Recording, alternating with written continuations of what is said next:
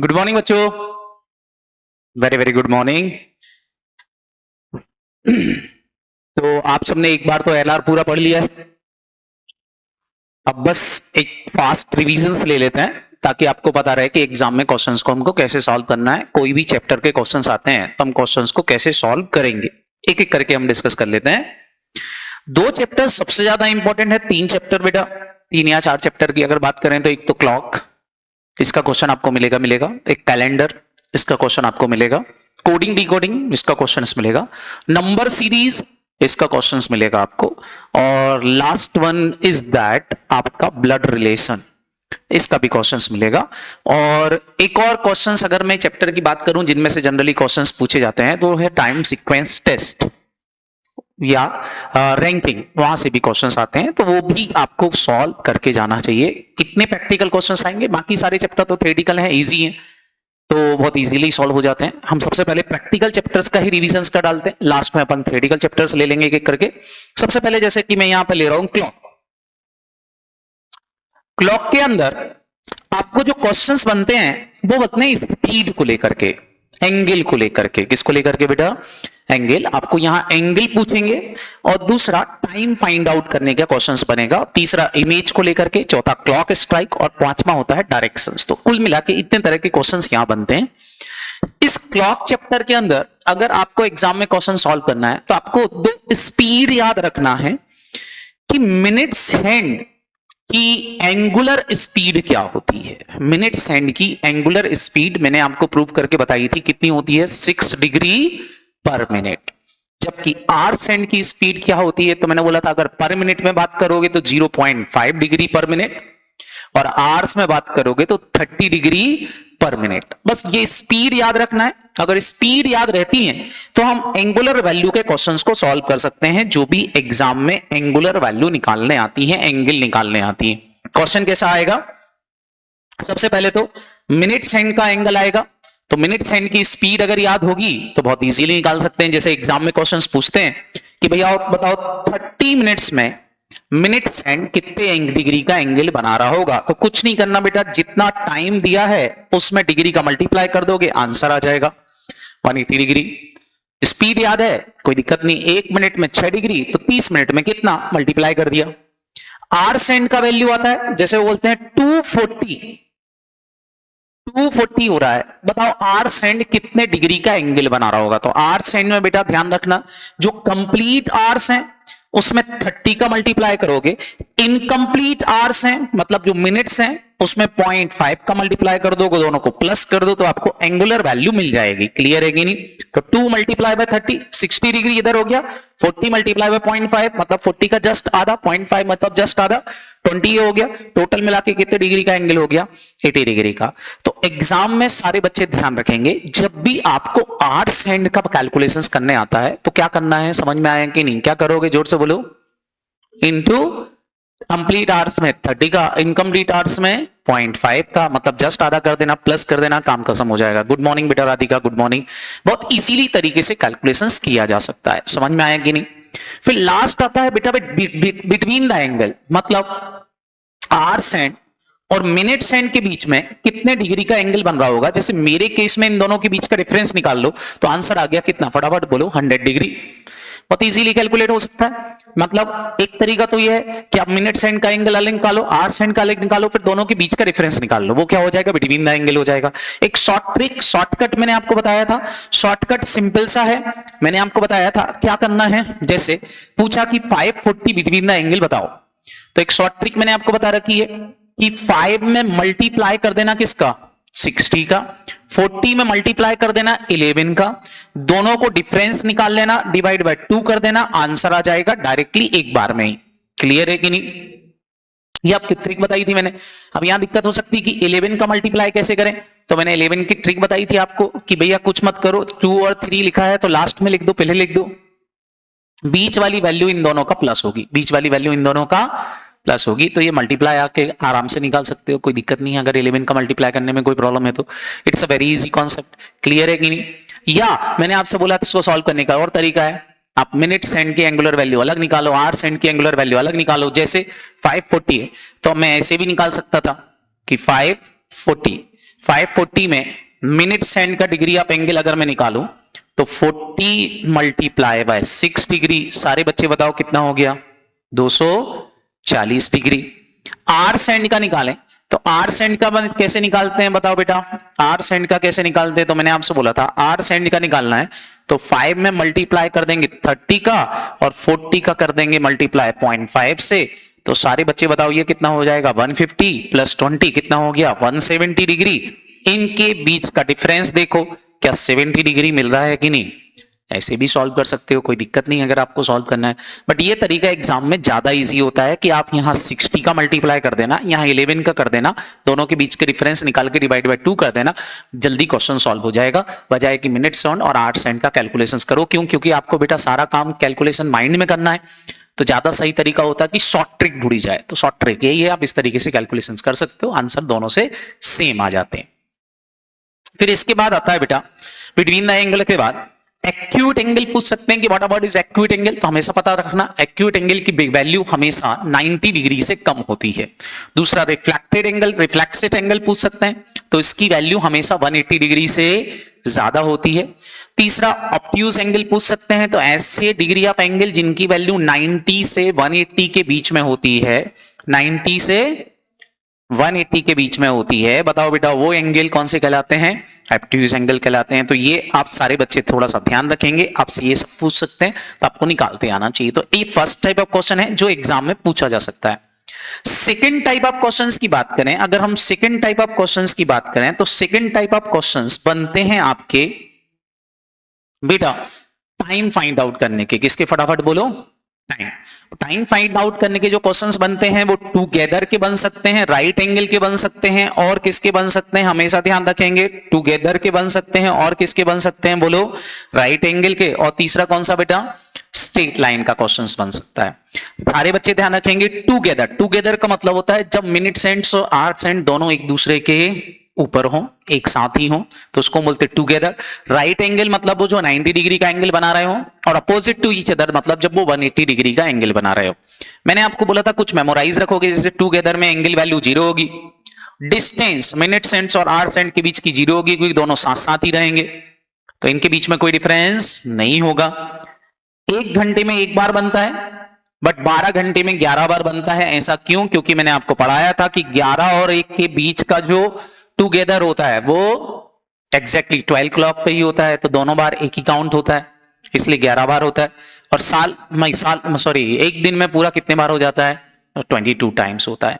तो ये आपको मेमोराइज रखना है। क्वेश्चन कैसा आएगा, सिंपल सा क्वेश्चन आएगा, पूछेंगे 4 और 5 के बीच में मिनट सेंड्स और आवर सेंड कोइंसाइड्स कब होंगे या टुगेदर कब होंगे।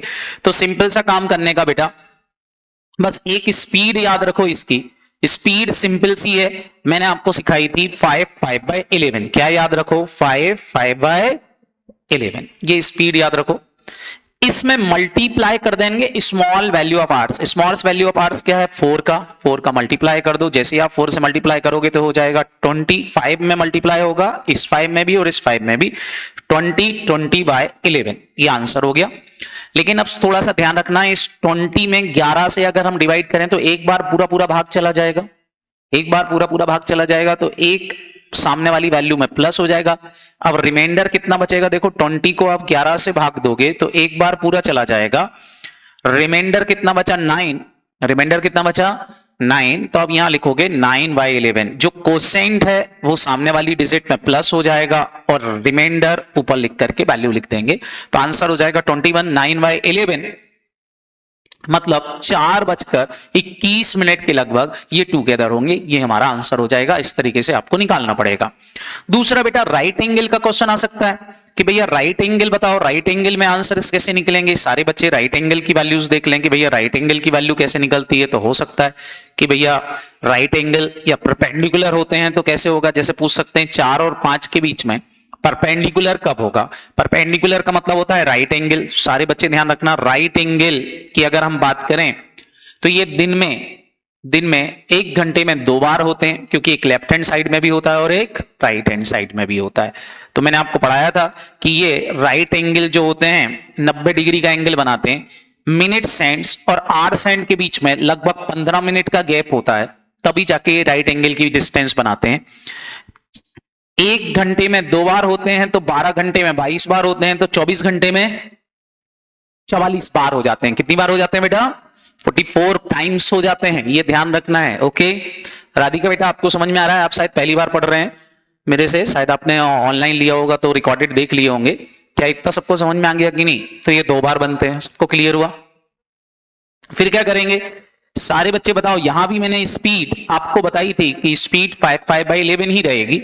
बस थोड़ा सा ध्यान रखना है कि जब आप 4 और 5 का बीच का पूछो तो आपको करना क्या है, सिंपल सा काम करना है। मिनट सेंड की वैल्यू निकालने के लिए पहले इसमें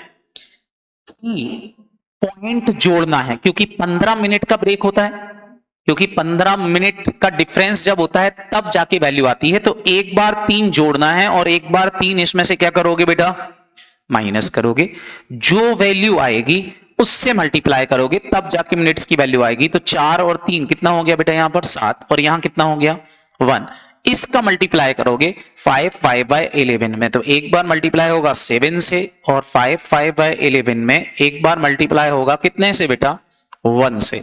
जब 7 से मल्टीप्लाई करोगे तो आंसर कितना आएगा? 35/11 आएगा कि नहीं? और यहां मल्टीप्लाई 1 का होगा तो ये 5/11 ही आएगा, कोई दिक्कत नहीं है। अब मैंने आपसे बोला था यहां 11 से भाग दोगे तो 3 बार पूरा पूरा चला जाएगा, 2 रिमाइंडर बचेगा। जो 3 बार पूरा पूरा चला गया वो सामने जुड़ जाएगा, 2 रिमाइंडर बचा है तो 2/11 लिख दोगे, आंसर हो गया। तो एक तो 4:38 पे राइट एंगल बनेगा, और दूसरा कितने बनेगा? 5/11 पे राइट एंगल बनेगा। ये मेरे 2 आंसर आएंगे। जब भी राइट एंगल का क्वेश्चन आएगा तो 2 आंसर आएंगे, एक आंसर नहीं आएगा, क्योंकि 1 घंटे में 2 बार होता है। तो इस तरीके से आपको कैलकुलेशंस करना पड़ेगा। बस ध्यान रखना यहां +3 और -3 का पॉइंट याद रखना है। जब भी क्वेश्चन स्ट्रेट लाइन का आ जाता है तो स्ट्रेट लाइन मतलब क्या होता है, मैंने आपको बताया था। स्ट्रेट लाइन मतलब दोनों ही हैंड एक दूसरे के अपोजिट हैं। अगर अपोजिट टू ईच अदर या स्ट्रेट लाइन का क्वेश्चन आता है तो इनके बीच में बेटा 6 पॉइंट का गैप होता है, मतलब 30 मिनट्स का गैप होगा, तभी जाके ये एक दूसरे के अपोजिट होंगे। बोलो। तो यहां कुछ नहीं करना, जो स्मॉल वैल्यू ऑफ आर से उसमें 6 का प्लस करोगे, फिर जो वैल्यू आएगी उस वैल्यू से मल्टीप्लाई करोगे और आंसर निकालोगे, तो आपका आंसर आ जाएगा। ये एक ही बार होता है 1 घंटे में, इसलिए आंसर एक ही आएगा। तो एक क्वेश्चन ये आ सकते हैं। तो ये 2 तरह के क्वेश्चन एग्जाम में बनते हैं, सारे बच्चे ध्यान रखेंगे।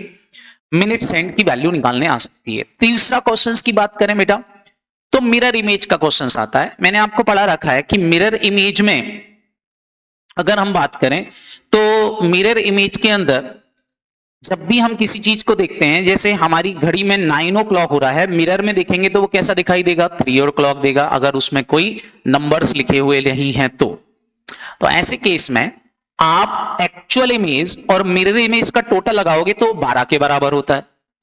तो मैंने यहां पर एक फॉर्मूला बनाया था, real image time plus mirror image time equal to 1160। 1160 मतलब 12 o'clock।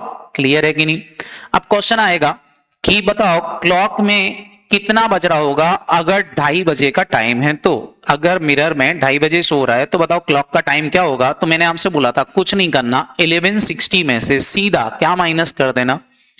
230 माइनस कर देना, माइनस कर दो, आंसर क्या आ जाएगा? बोलो 930। ये मेरा आंसर हो जाएगा, काम खत्म। तो इस तरीके से आंसर निकालना पड़ेगा। वाटर इमेज के टाइम में मैंने आपसे बोला था, वाटर इमेज के टाइम में आपको 2 टाइम याद रखना है, एक 1830 और एक 1790। 1830 कब लोगे? तो मैंने बोला था जब आपका क्या हो, फटाफट बोलो, जब आपके मिनट सेंड की वैल्यू 30 से कम हो तो 1830 लेना। अगर मिनट सेंड की वैल्यू 30 से ज्यादा है तो कितना ले लेना? 1790 ले लेना। सेम यहां पर भी है, रियल इमेज टाइम और वाटर इमेज टाइम उसका टोटल 1830 या 1790 के बराबर होता है। बेटा 1830 और 1790 एक ही बात है। क्यों? क्योंकि 1830 मतलब 18:30। 18 में से 1 घंटा कम कर दो तो 17 बचेगा। आप 1 घंटे में 60 मिनट हो रहे हैं, मैं 30 जोड़ दिया है तो वो 1790 हो गए। तो बात एक ही है, बस फर्क ये है कि आपको वैल्यू कब कौन सी लेना है। जैसे क्वेश्चन बोले कि क्लॉक में 2:15 हो रहा है, आंसर बताओ। कुछ नहीं करना, 1830 में से 2:15 माइनस कर दोगे, आंसर आ जाएगा 1615। अब 1615 का मतलब आपको पता होना चाहिए, तो मैंने आपसे बोला था सीधे इसमें से 12 माइनस कर देना, तो कितना हो जाएगा बेटा? 4:15। दूसरा 236 पूछा है तो इसकी वैल्यू 30 से ज्यादा है, इसकी वैल्यू किससे ज्यादा है बेटा 30 से ज्यादा है, तो आंसर क्या लोगे यहाँ 1790, 1790 में से माइनस कर देना आंसर आ जाएगा। क्या ये सबको समझ में आया? 1554 मतलब 15:54 15 तो कभी घड़ी में बचते नहीं है, 12 के आगे हो गए तो 12 माइनस कर दो, दैट मीन्स 15 - 12 करोगे तो 3:54 हो रहा होगा। ये हमारा आंसर हो जाता है। तो ये क्वेश्चंस आ सकते हैं, ये रॉन्ग और इसके क्वेश्चंस पूछते नहीं है, मैंने आपको करवाए जरूर थे बट पूछते नहीं है तो आपको करने की जरूरत नहीं है। एक क्वेश्चन पूछते हैं बेटा क्लॉक स्ट्राइक का, किसका क्वेश्चन आता है बेटा क्लॉक स्ट्राइक। आपसे क्लॉक स्ट्राइक का क्वेश्चन पूछे, बड़ा ही सरल होता है बेटा। स्ट्राइक डिपेंड करती है गैप पर, स्ट्राइक डिपेंड करती है किस पर? गैप पर। घड़ी का बजना, एक बार घड़ी बजी और फिर दूसरी बार घड़ी बजी तो 2 बार घड़ी बजने में एक गैप होगा। तो मैंने यहां एक फॉर्मूला बताया था कि एन स्ट्राइक बराबर होती है n-1 गैप, मतलब 2 बार स्ट्राइक होगा तो गैप एक ही आएगा।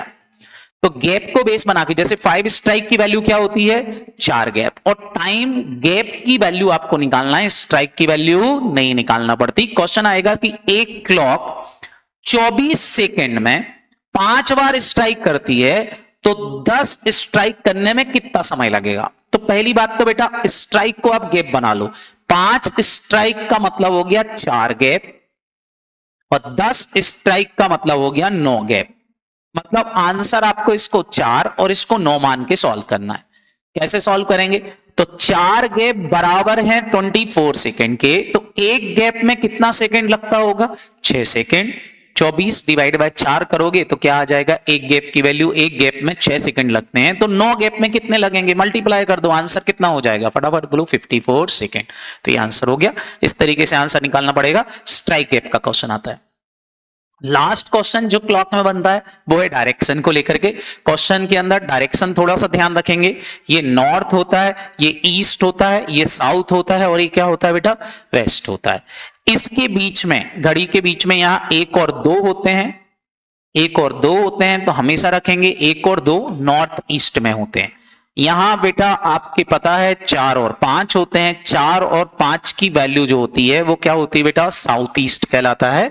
और यहां आपके क्या होते हैं 7 और 8 होते हैं, ये कौन सा कहलाता है वेस्ट साउथ कहलाता है। और ये यहां पर होते हैं 10 और क्या होते हैं फटाफट बोलो 11, ये क्या कौन सा वैल्यू कहलाता है नॉर्थ वेस्ट कहलाता है। क्या ये सबको याद रहेगा कि नहीं, वेस्ट नॉर्थ कहलाता है जो भी। अब क्वेश्चन बोलेगा कि 10:30 का टाइम हो रहा है, बताओ minute send toward south, minute send जो है वो साउथ में है, आर सेंड कहां होगा?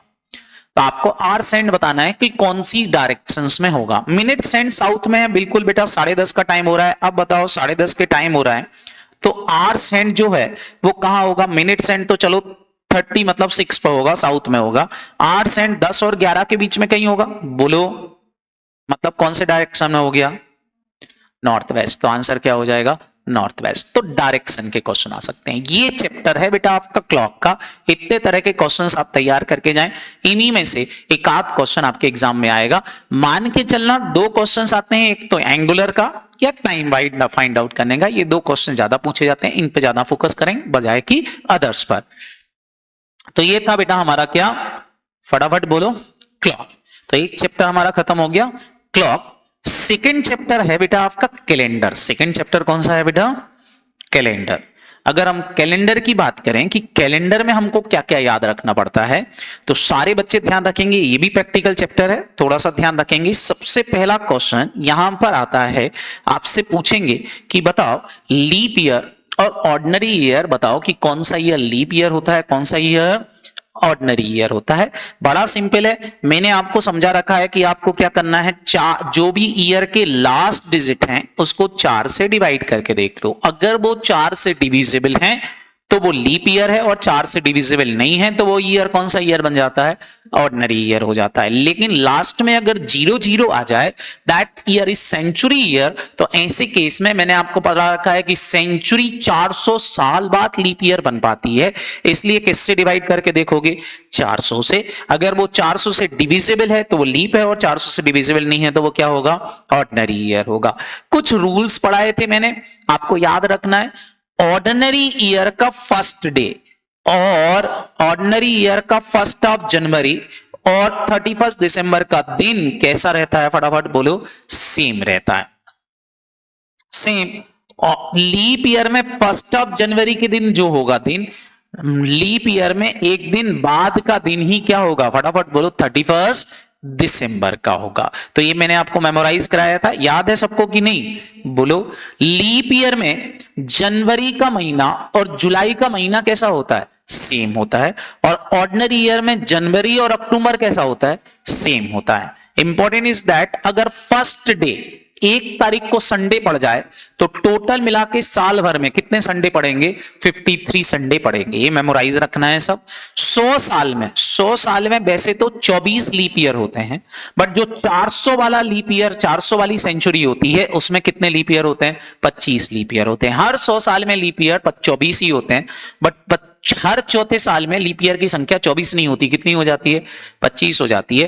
टोटल मिला के 400 साल में 97 लीप ईयर्स पड़ते हैं। कितने लीप ईयर पड़ते हैं, 97। ये आपको मेमोराइज रखना है।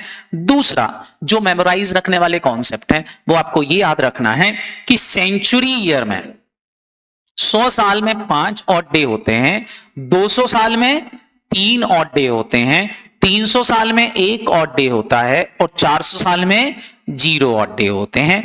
सेम महीने के याद रखोगे, 31 का महीना है तो 3 ऑड डे होते हैं, 31 का महीना है तो 3 ऑड डे होते हैं, 30 का महीना है तो 2 ऑड डे होते हैं, 28 का महीना है तो 0 ऑड डे और 29 का महीना है तो 1 ऑड डे। ऑड डे कैसे निकालते हैं, मैंने बोला था 7 से डिवाइड कर दो। किससे डिवाइड कर लो, 7 से, तो आ जाते हैं। अब यहां मैंने आपको कुछ चीजें मेमोराइज रखाई थी। 0 का मतलब संडे होगा, 1 का मतलब मंडे होगा, 2 का मतलब ट्यूसडे होगा, 3 का मतलब वेडनेसडे होगा, 4 का मतलब थर्सडे और 5 फ्राइडे और 6 सैटरडे होगा। सेम ये आफ्टर के केस में होगा। बिफोर के केस में अगर बात करें तो संडे से एक दिन पहले सैटरडे आता है तो -1 वैल्यू होगी, इसकी -2, इसकी -3, इसकी -4, इसकी -6। तो संडे की वैल्यू हमेशा क्या होगी, 0 होगी।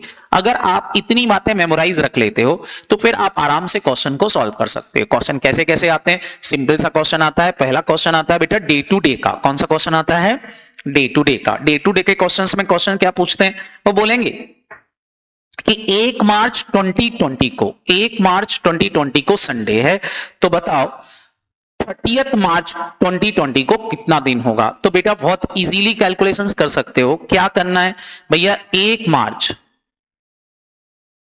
को संडे बोल रहे हैं और आपसे पूछा है 30 मार्च को क्या होगा, कौन सा दिन होगा। तो कुल मिला के 29 डेज आफ्टर कौन सा दिन होगा ये निकालना है। बोलो तो क्या करेंगे, 29 को किससे डिवाइड कर दो, 7 से। 7 चौको 28, 4 बार पूरा पूरा बच चला जाएगा, एक रिमाइंडर बच जाएगा। क्या बच जाएगा, एक रिमाइंडर बच गया। जो एक रिमाइंडर बच गया वही हमारा क्या कहलाता है बेटा, ऑड डे। क्या कहलाता है, जोर से बोलो, ऑड डे। गिवन डे की वैल्यू होती है 0, संडे की वैल्यू 0 थी, इसमें 1 जोड़ दो, आंसर आ रहा है 1 का मतलब आपको पता है क्या होता है, जोर से बोलो, मंडे। तो आंसर क्या हो जाएगा, मंडे। या क्वेश्चन ऐसा आएगा सिंपल सा, क्वेश्चन बोलेगा, सिंपल सा बोलेगा कि आज मंडे है, आज मंडे है, बताओ 50 दिन बाद कौन सा दिन पड़ेगा, 50 दिन बाद कौन सा दिन पड़ेगा। तो फिर से बेटा 50 को कुछ नहीं करना, आपको 7 से 7 डिवाइड करना है। तो 7 7 जा 49, एक यहां भी रिमाइंडर बचा है। अब एक रिमाइंडर बचा है, इस गिवन डे में जोड़ दो। मंडे की वैल्यू होती है 1, इसमें 1 जोड़ दो, क्योंकि आफ्टर का क्वेश्चन है, आफ्टर का है तो प्लस कर देना है और बिफोर का है तो क्या करोगे, माइनस कर दोगे। तो बेटा आप 1 में 1 जोड़ दो, 2 हो गया, और 2 किसकी वैल्यू है, ट्यूसडे की। तो आंसर क्या हो जाएगा, ट्यूसडे। आज से 50 दिन बाद ट्यूसडे पड़ेगा। क्वेश्चन इस तरह के आ सकते हैं। तीसरा बेटा मंथ टू मंथ के क्वेश्चन आ सकते हैं। मंथ टू मंथ के क्वेश्चंस में आपको थोड़ा सा कैलकुलेशंस मेमोराइज रखना पड़ेगा। मंथ टू मंथ के क्वेश्चंस कैसे आ सकते हैं, बहुत इजीली क्वेश्चंस आएंगे। जैसे क्वेश्चन बोलेगा कि 14 मार्च 2020 को सैटरडे है। 14 मार्च 2020 को क्या है बेटा, सैटरडे है। अब बोलेगा 14 मार्च 2020 को सैटरडे है। आपसे बोला है 15 जुलाई 2020 को कब होगा। पहली बात तो ये ईयर सेम होना चाहिए, बस महीने का फर्क होना चाहिए। तो वो क्वेश्चन कौन से क्वेश्चन कहलाते हैं? मंथ टू मंथ के। अब मंथ टू मंथ के क्वेश्चन आ जाए तो सिंपल सा काम करना है। मार्च में होते हैं 31 दिन, 31 में से 14 दिन निकल गए, बताओ कितने दिन रिमेनिंग बच गए? 31 माइनस 14 20, 31 माइनस 14 21 आएगा। किसी बातें कर रही रे, किसी बातें कर रही है? 31 माइनस 14 21 आएगा।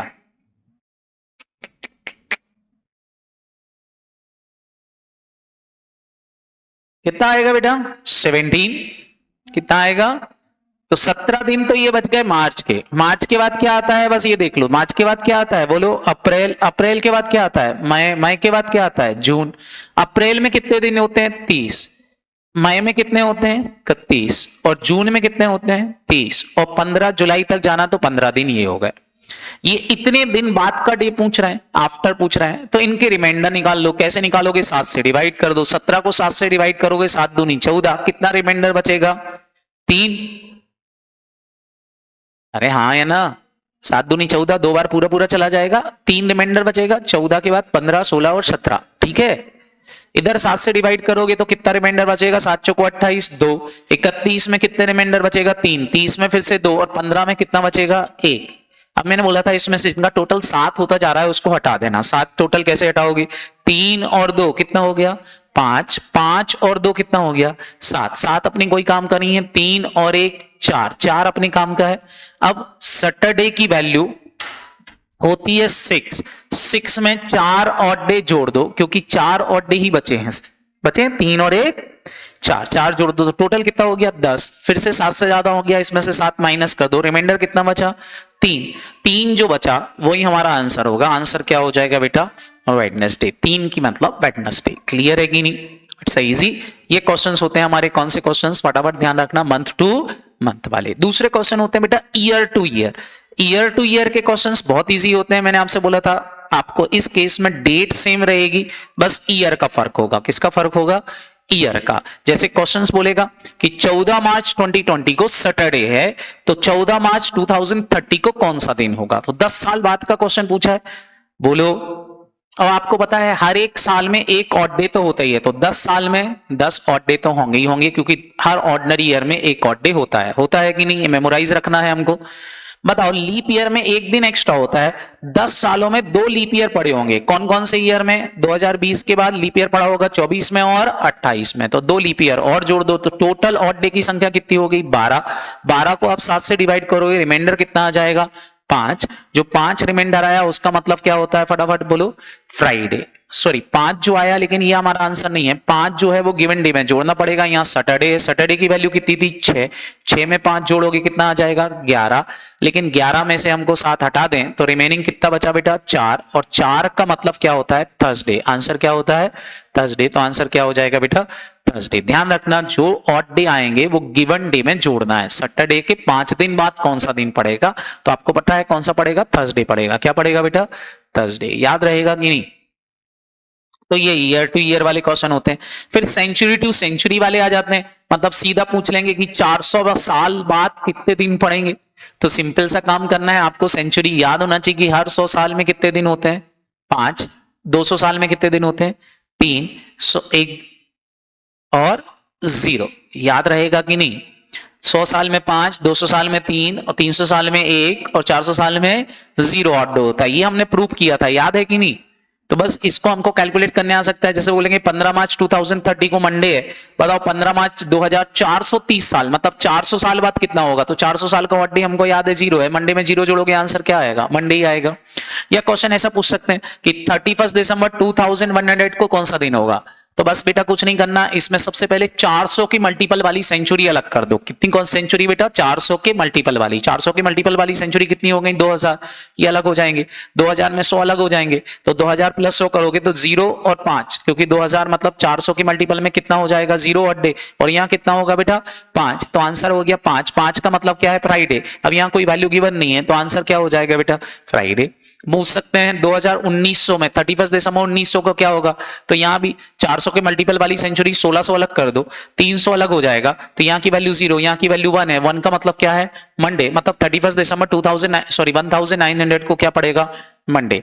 या फिर क्वेश्चन पूछता सकता है 29 दिसंबर 2000 को क्या होगा? ध्यान रखना 29 दिसंबर 2000 को पूछा तो भी सेंचुरी टू सेंचुरी का क्वेश्चन होगा। आप 31 दिसंबर का निकाल लो, 31 दिसंबर का दिन क्या होगा? तो 2000 में 0 ऑड डे रहेंगे, संडे रहेगा। संडे से आप एक दिन पहले कर लो तो 30 तारीख को क्या रहा होगा? सारे बच्चे बताओ। 30 दिसंबर को रहा होगा सैटरडे, तो 29 को क्या रहा होगा? फ्राइडे। आप ऐसे रिवर्स जाके कैलकुलेशंस कर सकते हो।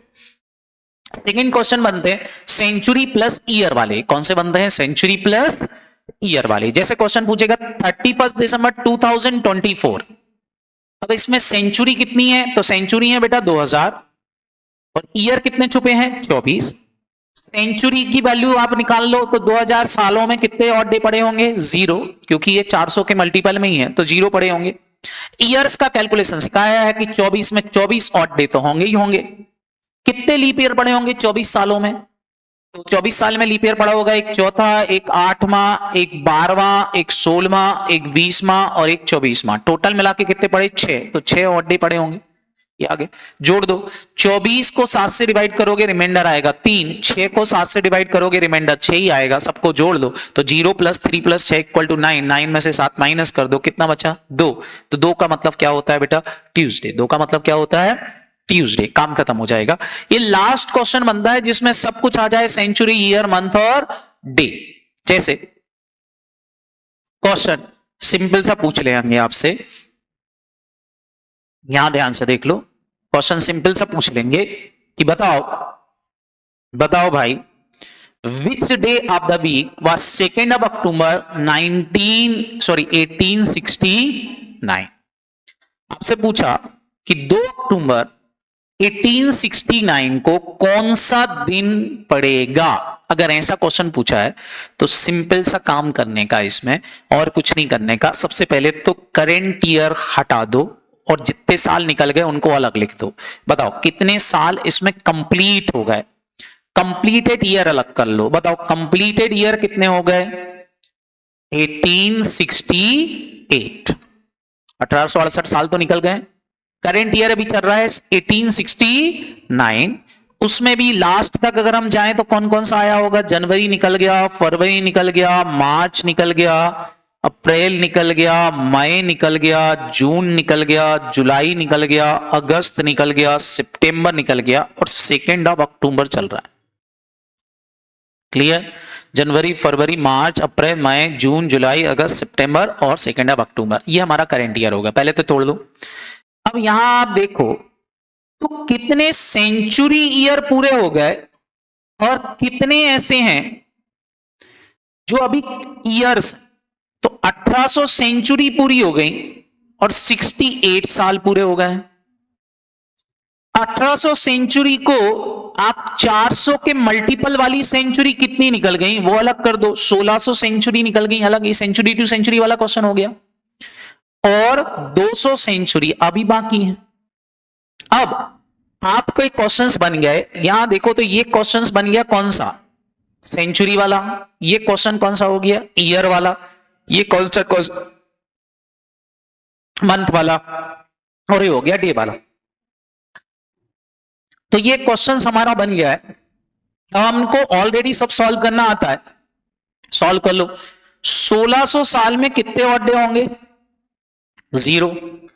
200 साल में ऑड डे कितने होते हैं? मैंने लिखवाए थे आपको, बताओ जरा 200 साल में ऑड डे कितने होते हैं? 3।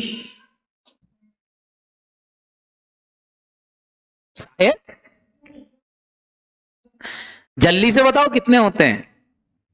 500 साल में अभी लिखवाया। 500 साल में कितने होते हैं? 100 साल में कितने होते हैं? 5। 100 साल में कितने होते हैं? 5। 200 साल में कितने होते हैं? 3। 300 साल में 1 और 400 साल में 0। याद रहेगा? तो कितने होते हैं? 3। 68 साल में 68 ऑड डे तो आएंगे ही आएंगे।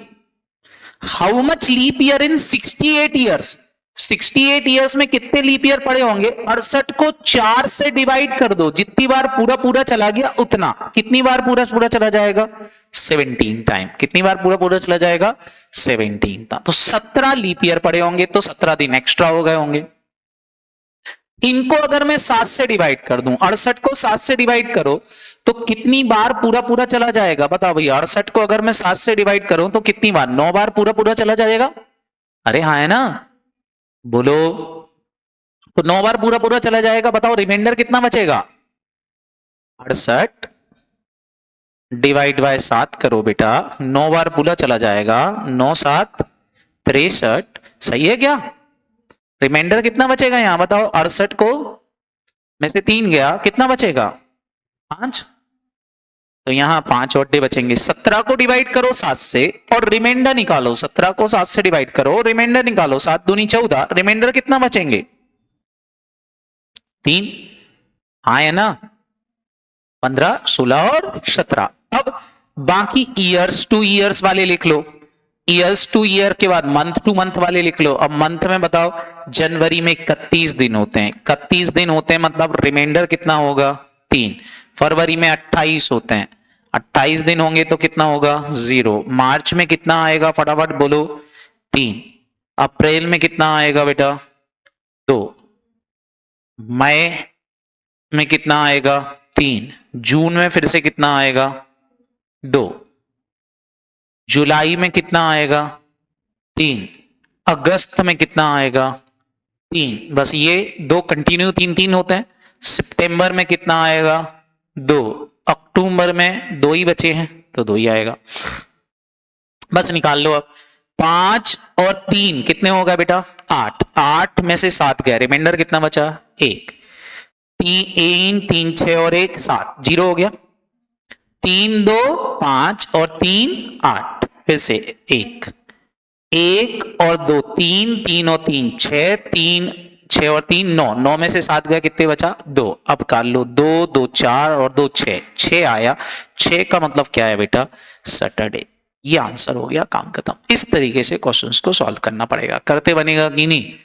वैसे बेसिक क्वेश्चंस आने के चांसेस कम होंगे क्योंकि ये इसमें थोड़ा सा पेन कॉपी की जरूरत पड़ती है। तो छोटे क्वेश्चन आएंगे स्टार्टिंग वाले, वो बोलेंगे 1-2 अप्रैल को क्या होगा, तो वो इजीली सॉल्व हो सकते हैं। समझ में आया कि नहीं?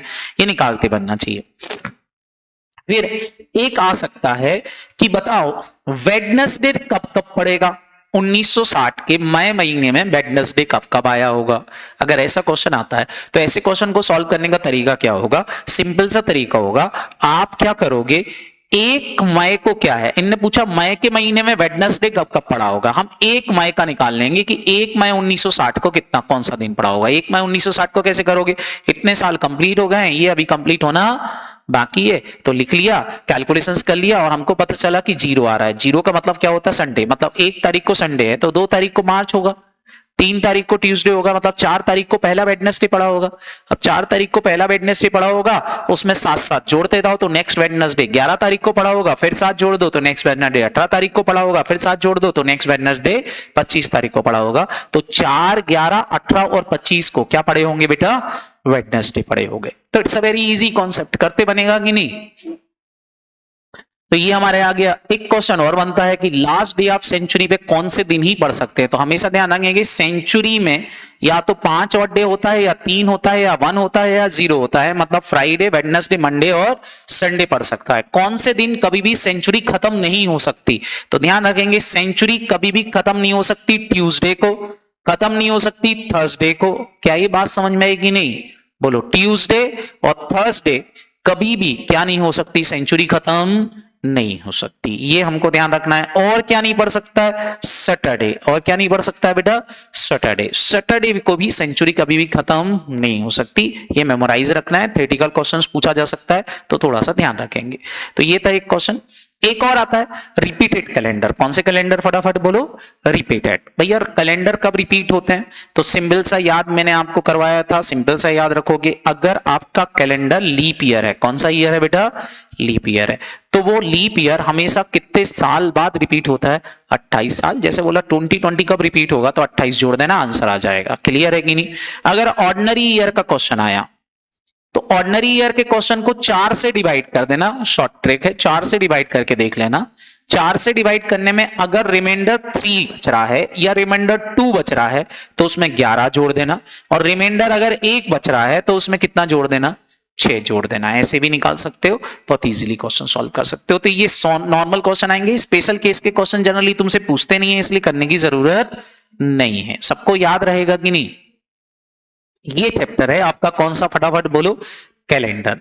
तो ये भी एक चैप्टर है कैलेंडर। ध्यान रखना यहां डे का ही क्वेश्चन आता है, डे टू डे वाले क्वेश्चन ही पूछते हैं ज्यादा, इसलिए उस पर ज्यादा फोकस रखना, या फिर सेंचुरी टू सेंचुरी या फिर ईयर टू ईयर, ये वाले क्वेश्चन ज्यादा पूछते हैं बजाय कि आपको टोटल क्वेश्चंस पूछने के। Clear?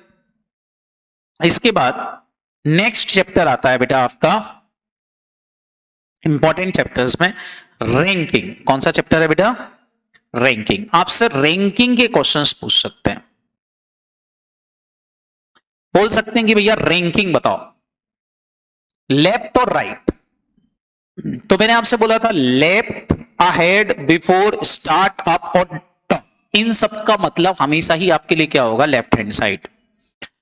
Behind, after, last, down, bottom, इसका मतलब हमेशा क्या होगा, ये वाली साइड राइट हैंड साइड होगी और ये वाली साइड कौन सी कहलाएगी, लेफ्ट हैंड साइड कहलाएगी। अब क्वेश्चंस में सबसे पहला क्वेश्चन बनता है टोटल पर्सन निकालने का। कौन सा पर्सन? टोटल।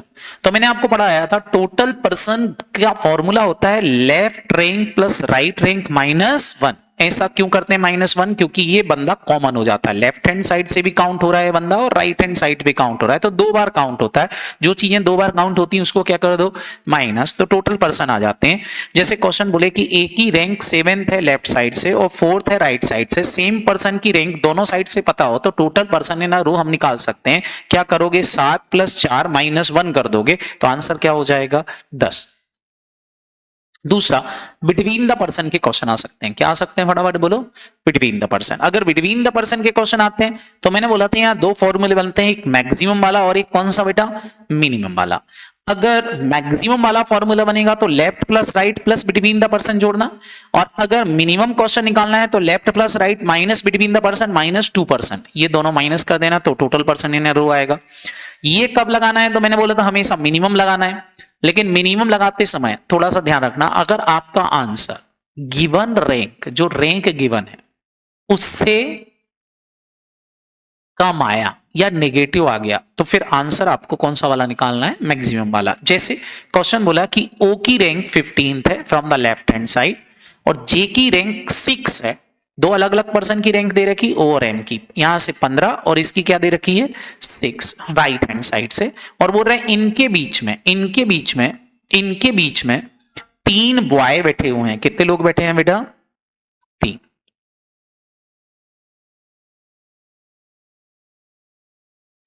इनके बीच में क्वेश्चन से कि 3 लोग बैठे हुए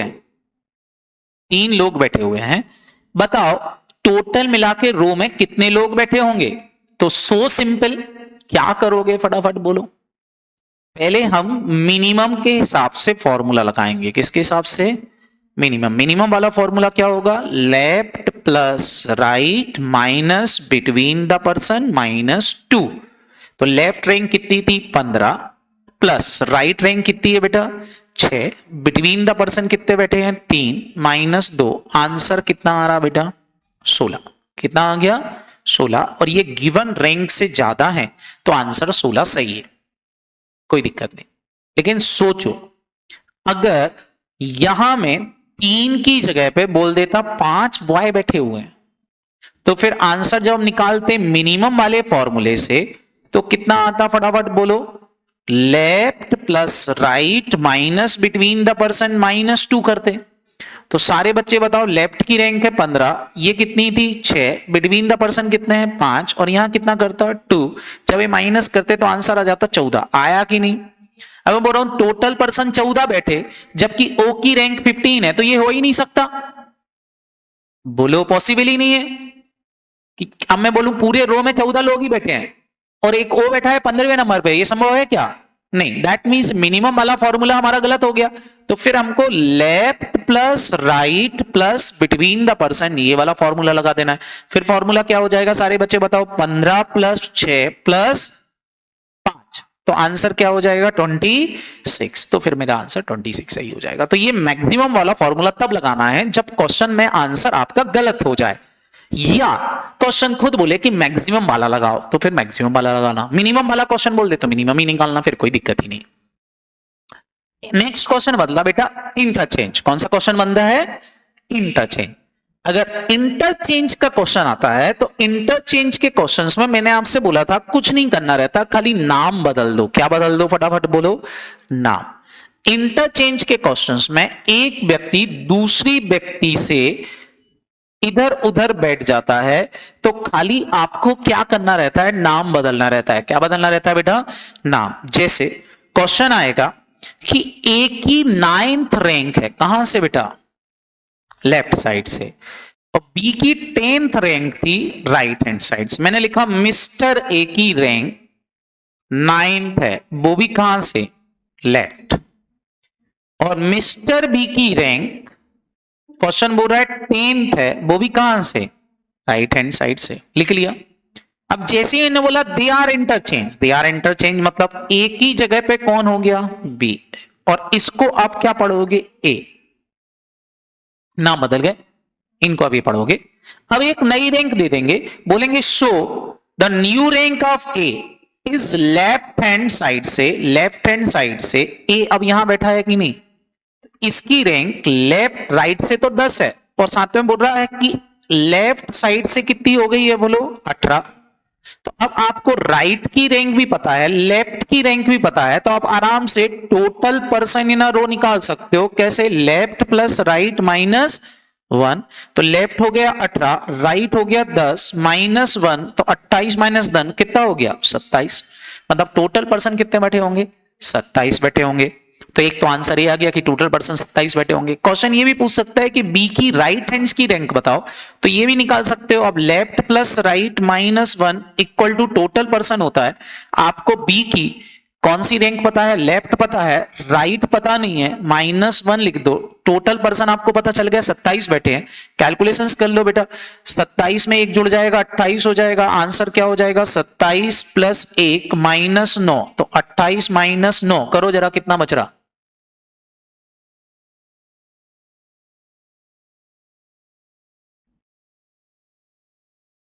कितना? 19। तो आंसर क्या हो जाएगा? 19। ये दूसरा आंसर निकाल गया कि भैया इसकी फिर राइट हैंड साइड से 19th रैंक हो जाएगी। ये हम निकाल सकते हैं। करते बनेगा कि नहीं? ये आ सकते हैं। तो एक क्वेश्चन ये आ सकता है, बाकी क्वेश्चंस तो नहीं पूछते हैं इन जनरल, तो आपको ये सब करने की जरूरत नहीं है। बस इतने तरह के क्वेश्चंस ही, 3 तरह के क्वेश्चंस ही हैं जो आपसे पूछते हैं।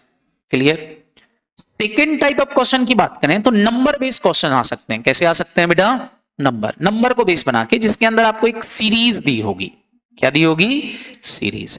सीरीज कैसी दी होगी? सिंपल सी एक सीरीज दी होगी नंबर की, ढेर सारे नंबर होंगे। अब क्वेश्चन आपसे कुछ भी बोल सकता है, बोलेगा कि हाउ मेनी सच 5, आप ऐसे कितने 5 हैं जिनमें इमीडिएटली प्रिसीडेड बाय 3 और 4, मतलब 3 और 4 है जिसके पहले, और नॉट फॉलोड बाय 8 और 9, और पीछे 8 और 9 नहीं होना चाहिए। ऐसे कितने 5 हैं जिनके आगे या तो 3 या 4 लिखा है और पीछे 8 और 9 नहीं लिखा?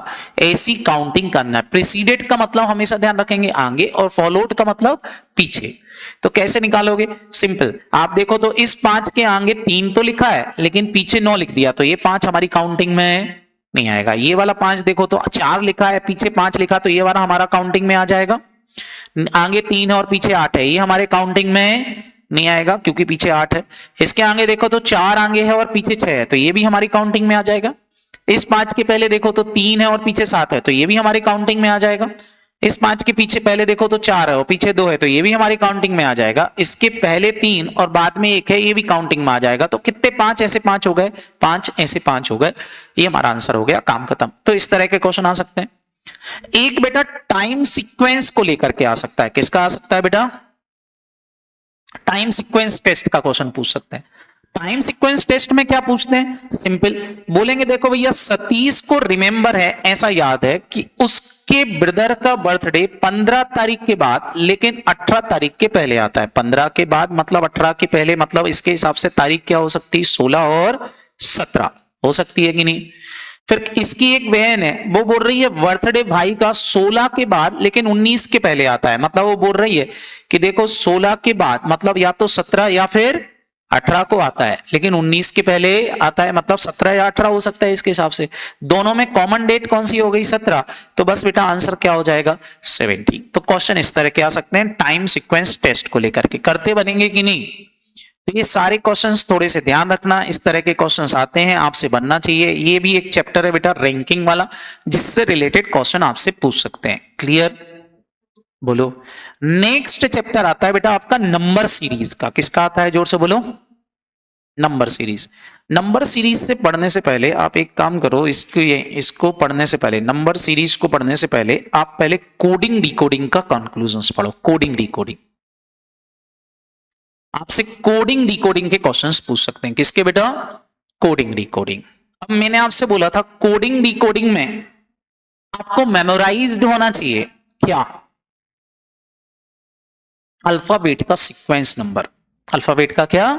Sequence number. मैंने आपको ये सारे नंबर याद कराए थे, याद है? मैंने क्या बोला था? ए की वैल्यू 1 होती है, बी की वैल्यू 2 होती है, सी की वैल्यू 3 और डी की वैल्यू 4। ये तो याद रख सकते हो। एक्स की, वाई की और जेड की याद रख सकते हो। एक्स की 24, वाई की 25 और जेड की 26। तो इतने नंबर तो याद हो गए थे।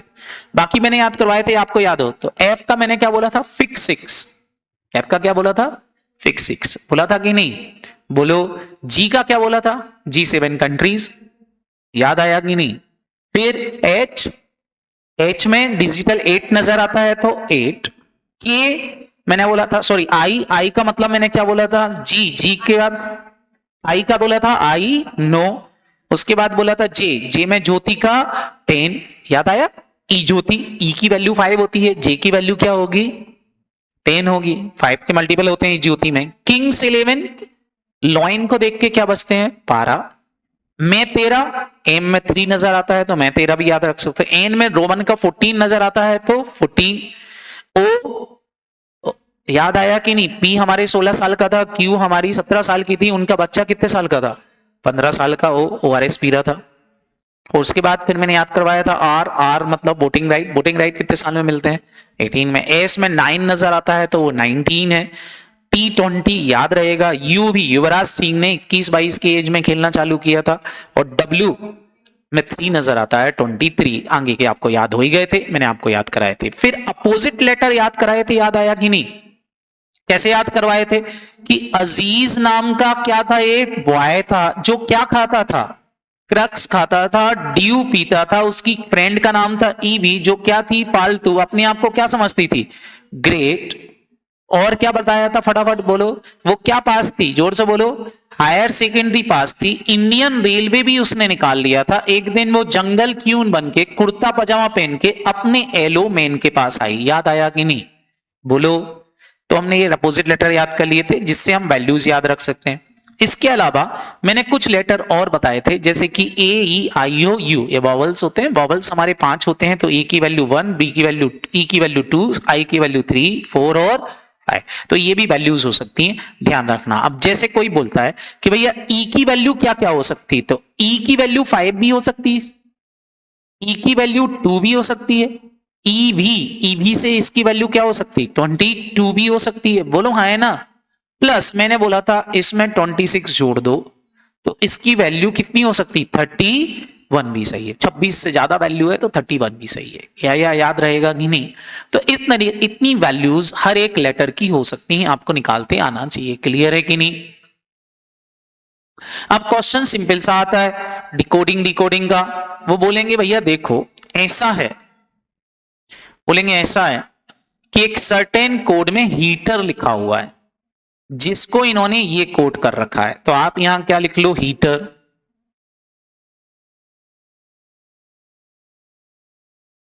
हीटर को इनने कोड किया है के B D H, sorry Q H और क्या ओ।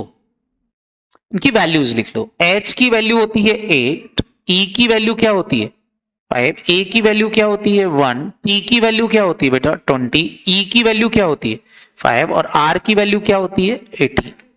यहां भी लिख लो k की वैल्यू होती है 11, b की वैल्यू क्या है 2, d की वैल्यू क्या है 4, q हमारी कितने साल की थी 17, h की वैल्यू क्या है 8, ORS कितने साल का बच्चा पी रहा था 15।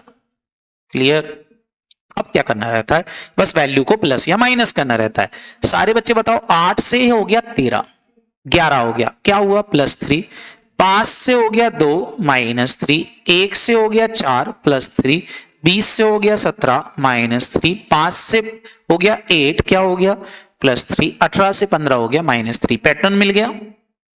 सेम पैटर्न हमारे इसकी कोडिंग करने में लगा देंगे, जैसे कूलर, इनने बोला है कूलर, तो C की वैल्यू 3, O की वैल्यू 15, O की वैल्यू 15, L की वैल्यू क्या है बेटा 12, E की वैल्यू 5 और R की वैल्यू कितनी है 18। इसमें हम कर देंगे +3 -3 +3 -3 +3 -3, कर लो, ये हो गया 6, ये हो गया कितना बेटा 12, ये कितना हो गया 18, हो गया कि नहीं। और यहां बताओ कितना हो जाएगा, 12 -3 कितना हो गया 9, ये कितना हो गया 8, ये कितना हो गया 15। लिख दो F L R I H और O, ये हमारी कोडिंग वर्ड आ गया। निकालते बनेगा कि नहीं। तो आपको क्वेश्चन इस तरह के भी आ सकते हैं, ऐसा भी आ सकता है अपोजिट लेटर पूछ लें। क्या पूछ लें बेटा, अपोजिट लेटर कैसे बोलेंगे, रुचि को इन्होंने ये लिखा हुआ है। अब देखते ही आपको समझ में आना चाहिए कि ये क्या लिखा है। तो आपको दिख रहा है ये लिखा है इंडियन रेलवे, लिखा है कि नहीं, ये फालतू, ये क्रैक्स और ये हायर सेकेंडरी और ये इंडियन। तो अंकित की वैल्यू बताओ। तो अब आराम से बेटा यहां अपोजिट लेटर की वैल्यू लिख सकते हो। अंकित की वैल्यू में क्या हो जाएगा, अजीज नाम का एक मेन था, बोलो जेड हो जाएगा इसका मेन, के का कुर्ता पजामा, आई का इंडियन रेलवे, टी का ग्रेट। ये होगी हमारी क्या, फटाफट बोलो कोडेड वैल्यू। कौन सी वैल्यू, कोडेड। इट्स इजी, करते बनेगा कि नहीं। तो इस तरीके के क्वेश्चंस आते हैं, सारे बच्चे ध्यान रखेंगे। इसके अलावा कई बार बेटा वैल्यू वाले आंसर आ जाते हैं। क्या आ जाते हैं, फटाफट बोलो, वैल्यू, कि भैया वैल्यू बताओ। जैसे क्वेश्चन बोलेगा कि SNOW की वैल्यू 7100 है, तो वॉल की वैल्यू बताओ। पहले अपन चेक करते हैं SNOW, S की वैल्यू कितनी होती है बेटा 19, N की वैल्यू क्या होती है 14, O की वैल्यू क्या होती है 15 और W की वैल्यू क्या होती है 23। जरा इन सबको प्लस करके देखो क्या इसकी वैल्यू कितनी आ रही है। मैंने आपको पढ़ाया था कि जब नंबर दिए हो तो सारे लेटर की वैल्यू उसको प्लस कर देना। जोड़ो जरा कितना आ रहा, 19 + 14 + 15 + 23। बताएं बेटा, राधिका बेटा आप भी बताएं कितना आ रहा है टोटल।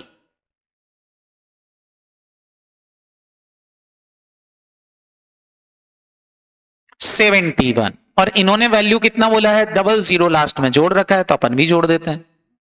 सेम इन्होंने बोला वाल की वैल्यू क्या होगी, तो बेटा सेम करना है। W की वैल्यू 23 है, A की वैल्यू 1 है, L की वैल्यू 12 है, L की वैल्यू 12 है। जोड़ लो इन सबको और वैल्यू बताओ कितना आ रहा, 12 × 24 कितना हो गया 24 24 48 48। बस 2 जीरो जोड़ देंगे तो आंसर क्या हो जाएगा 4800। कभी आंसर नहीं आए तो मैंने बोला था नंबर ऑफ लेटर से डिवाइड या नंबर ऑफ लेटर से क्या कर देना, मल्टीप्लाई कर देना। क्या कर देना, मल्टीप्लाई। तो ये वाला क्वेश्चन आ सकता है। एक और क्वेश्चंस बनता है, ये अच्छा क्वेश्चंस होते हैं, ये सब्स्टिट्यूशंस मेथड कहलाती है। इस मेथड के अगर क्वेश्चंस आते हैं तो आपसे बनना चाहिए। जैसे क्वेश्चन बोल रहा है कि इन्होंने रडार को ये लिखा है RADAR को, रडार को इन्होंने लिखा है star question mark star question mark और हैशटैग। लिखा है कि नहीं, बोलो। इसका मतलब ये बिल्कुल नहीं है कि R की वैल्यू स्टार है और R की वैल्यू हैशटैग है। क्या एक ही लेटर की वैल्यू 2 हो सकती है क्या, नहीं। मतलब इन्होंने सब्स्टिट्यूट कर रखा है, इधर से उधर करके रखा हुआ है। तो ऐसे केस में हम क्या करेंगे, हम देखेंगे लेटर का कॉम्बिनेशन। R 2 बार आया तो R की वैल्यू क्या हो सकती है, अगर मैं निकालना चाहूं तो R की वैल्यू या तो स्टार है या फिर क्या है क्वेश्चन मार्क, क्योंकि वो 2 बार आया। सेम ए की वैल्यू भी या तो स्टार है या क्वेश्चन मार्क है, मेरे को पता नहीं है वो, क्योंकि 2 बार आया। लेकिन हाँ, डी की वैल्यू मेरे को मिल गई। डी का मतलब यहां क्या है बेटा, हैशटैग है, क्योंकि डी एक बार ही आया है और हैशटैग एक बार आया, तो डी की वैल्यू मिल गई, इनकी वैल्यू नहीं मिली। अब क्वेश्चन आगे भी बताएगा। डोर बोल रहा है, डोर को इनने कोट कर रखा है, DOOR, डोर को इनने कोट किया है question mark, percentage, percentage, hashtag. अब आपको पता है ओ की वैल्यू परसेंटेज ही होगी, क्योंकि ओ 2 बार आया है। डी की वैल्यू आपको पता है, यहां पहले ही निकाल चुके हो, हैशटैग है, तो आर की वैल्यू मिल गई ना। आर की वैल्यू क्या है, क्वेश्चन मार्क। अब आर की वैल्यू अगर क्वेश्चन मार्क है तो यहां हमको पता चल गया आर क्वेश्चन मार्क है, that means R question mark है, दैट मींस ए की वैल्यू क्या हो गई, स्टार। इससे हमको ये पता चल गया। अब हमको सबकी वैल्यू मिल गई कि नहीं। अब क्वेश्चन आपसे पूछेगा डेम को क्या लिखेंगे, DAM, डेम को क्या लिखेंगे। तो डी की वैल्यू आपको पता है हैशटैग है, ए की वैल्यू आपको पता है स्टार है, और एम एक नया वर्ड है तो एक नया सिंबल आएगा, तो नया सिंबल जिसमें दिख रहा होगा वो आंसर हो जाएगा। तो ये 2 दिखना चाहिए और एक नया सिंबल, तो सी में दिख रहा है एक नया सिंबल इन 2 के साथ में, तो आंसर क्या हो जाएगा बेटा, सी। इस तरीके से आंसर सॉल्व कर सकते हो। इसको सब्स्टिट्यूशंस मेथड बोलते हैं, ध्यान रखेंगे, ये भी एग्जाम में आ सकता है। कई बार इस तरह के क्वेश्चन आ जाते हैं सब्स्टिट्यूशंस मेथड के, जैसे क्वेश्चन बोलेगा हु मा साम का मेन मतलब होता है वाटर इज लाइफ, साम ना जो का मतलब क्या होता है, ग्लास ऑफ वाटर, ची जो मां का मतलब क्या है, लाइफ ऑफ पाई। आपसे पूछेंगे पाई की वैल्यू बताओ, तो आप ये देखो इस पूरे लेटर में पाई कितनी बार आया, क्या पाई एक बार ही आया है, बोलो, और कहीं पाई आया क्या। तो कोडेड वर्ड में ऐसा कौन सा वर्ड है जो एक बार ही आया, तो कोडेड वर्ड में एक बार आने वाला ची है, ची ऊपर कहीं भी नहीं आया, बोलो आया है ना। तो बस पाई का मतलब क्या हो गया, ची हो गया, काम खत्म हो गया। करते बनेगा कि नहीं। तो इस तरह के क्वेश्चन आ सकते हैं, सारे बच्चे ध्यान रखेंगे। ये मेथड कौन सी मेथड कहलाती है बेटा, सब्स्टिट्यूशंस मेथड। कौन सी मेथड कहलाती है, सब्स्टिट्यूशंस मेथड। याद रहेगा कि नहीं। कुछ क्वेश्चन ऐसे भी आ सकते हैं जो कि बड़े ही सरल होते हैं, अगर ये वाले क्वेश्चन आ जाए तो मजा आ जाए, जीवन सुखी है तुम्हारा। बोल सकते हैं ब्लू का मतलब ग्रीन है, ग्रीन का मतलब येलो है, येलो का मतलब ऑरेंज है, ऑरेंज का मतलब ब्लैक है, ब्लैक मींस व्हाइट है, व्हाइट मींस रेड है, रेड मींस पिंक है, पिंक मींस ब्राउन है, ब्राउन मींस ग्रे है, ग्रे मींस, आपसे बोला ह्यूमन ब्लड का कलर कौन सा होगा, तो आपको पता है ह्यूमन ब्लड का कलर रेड होता है, और रेड किसका मीनिंग होता है, व्हाइट का। तो आंसर क्या हो जाएगा बेटा, व्हाइट। सबको याद रहेगा कि नहीं।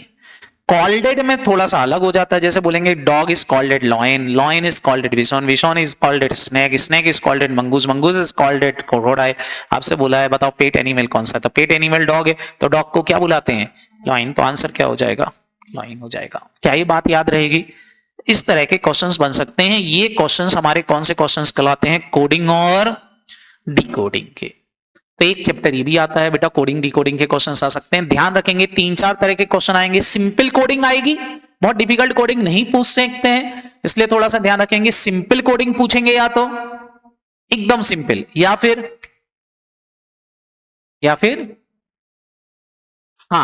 सब्स्टिट्यूशनल कोडिंग का क्वेश्चंस पूछेंगे,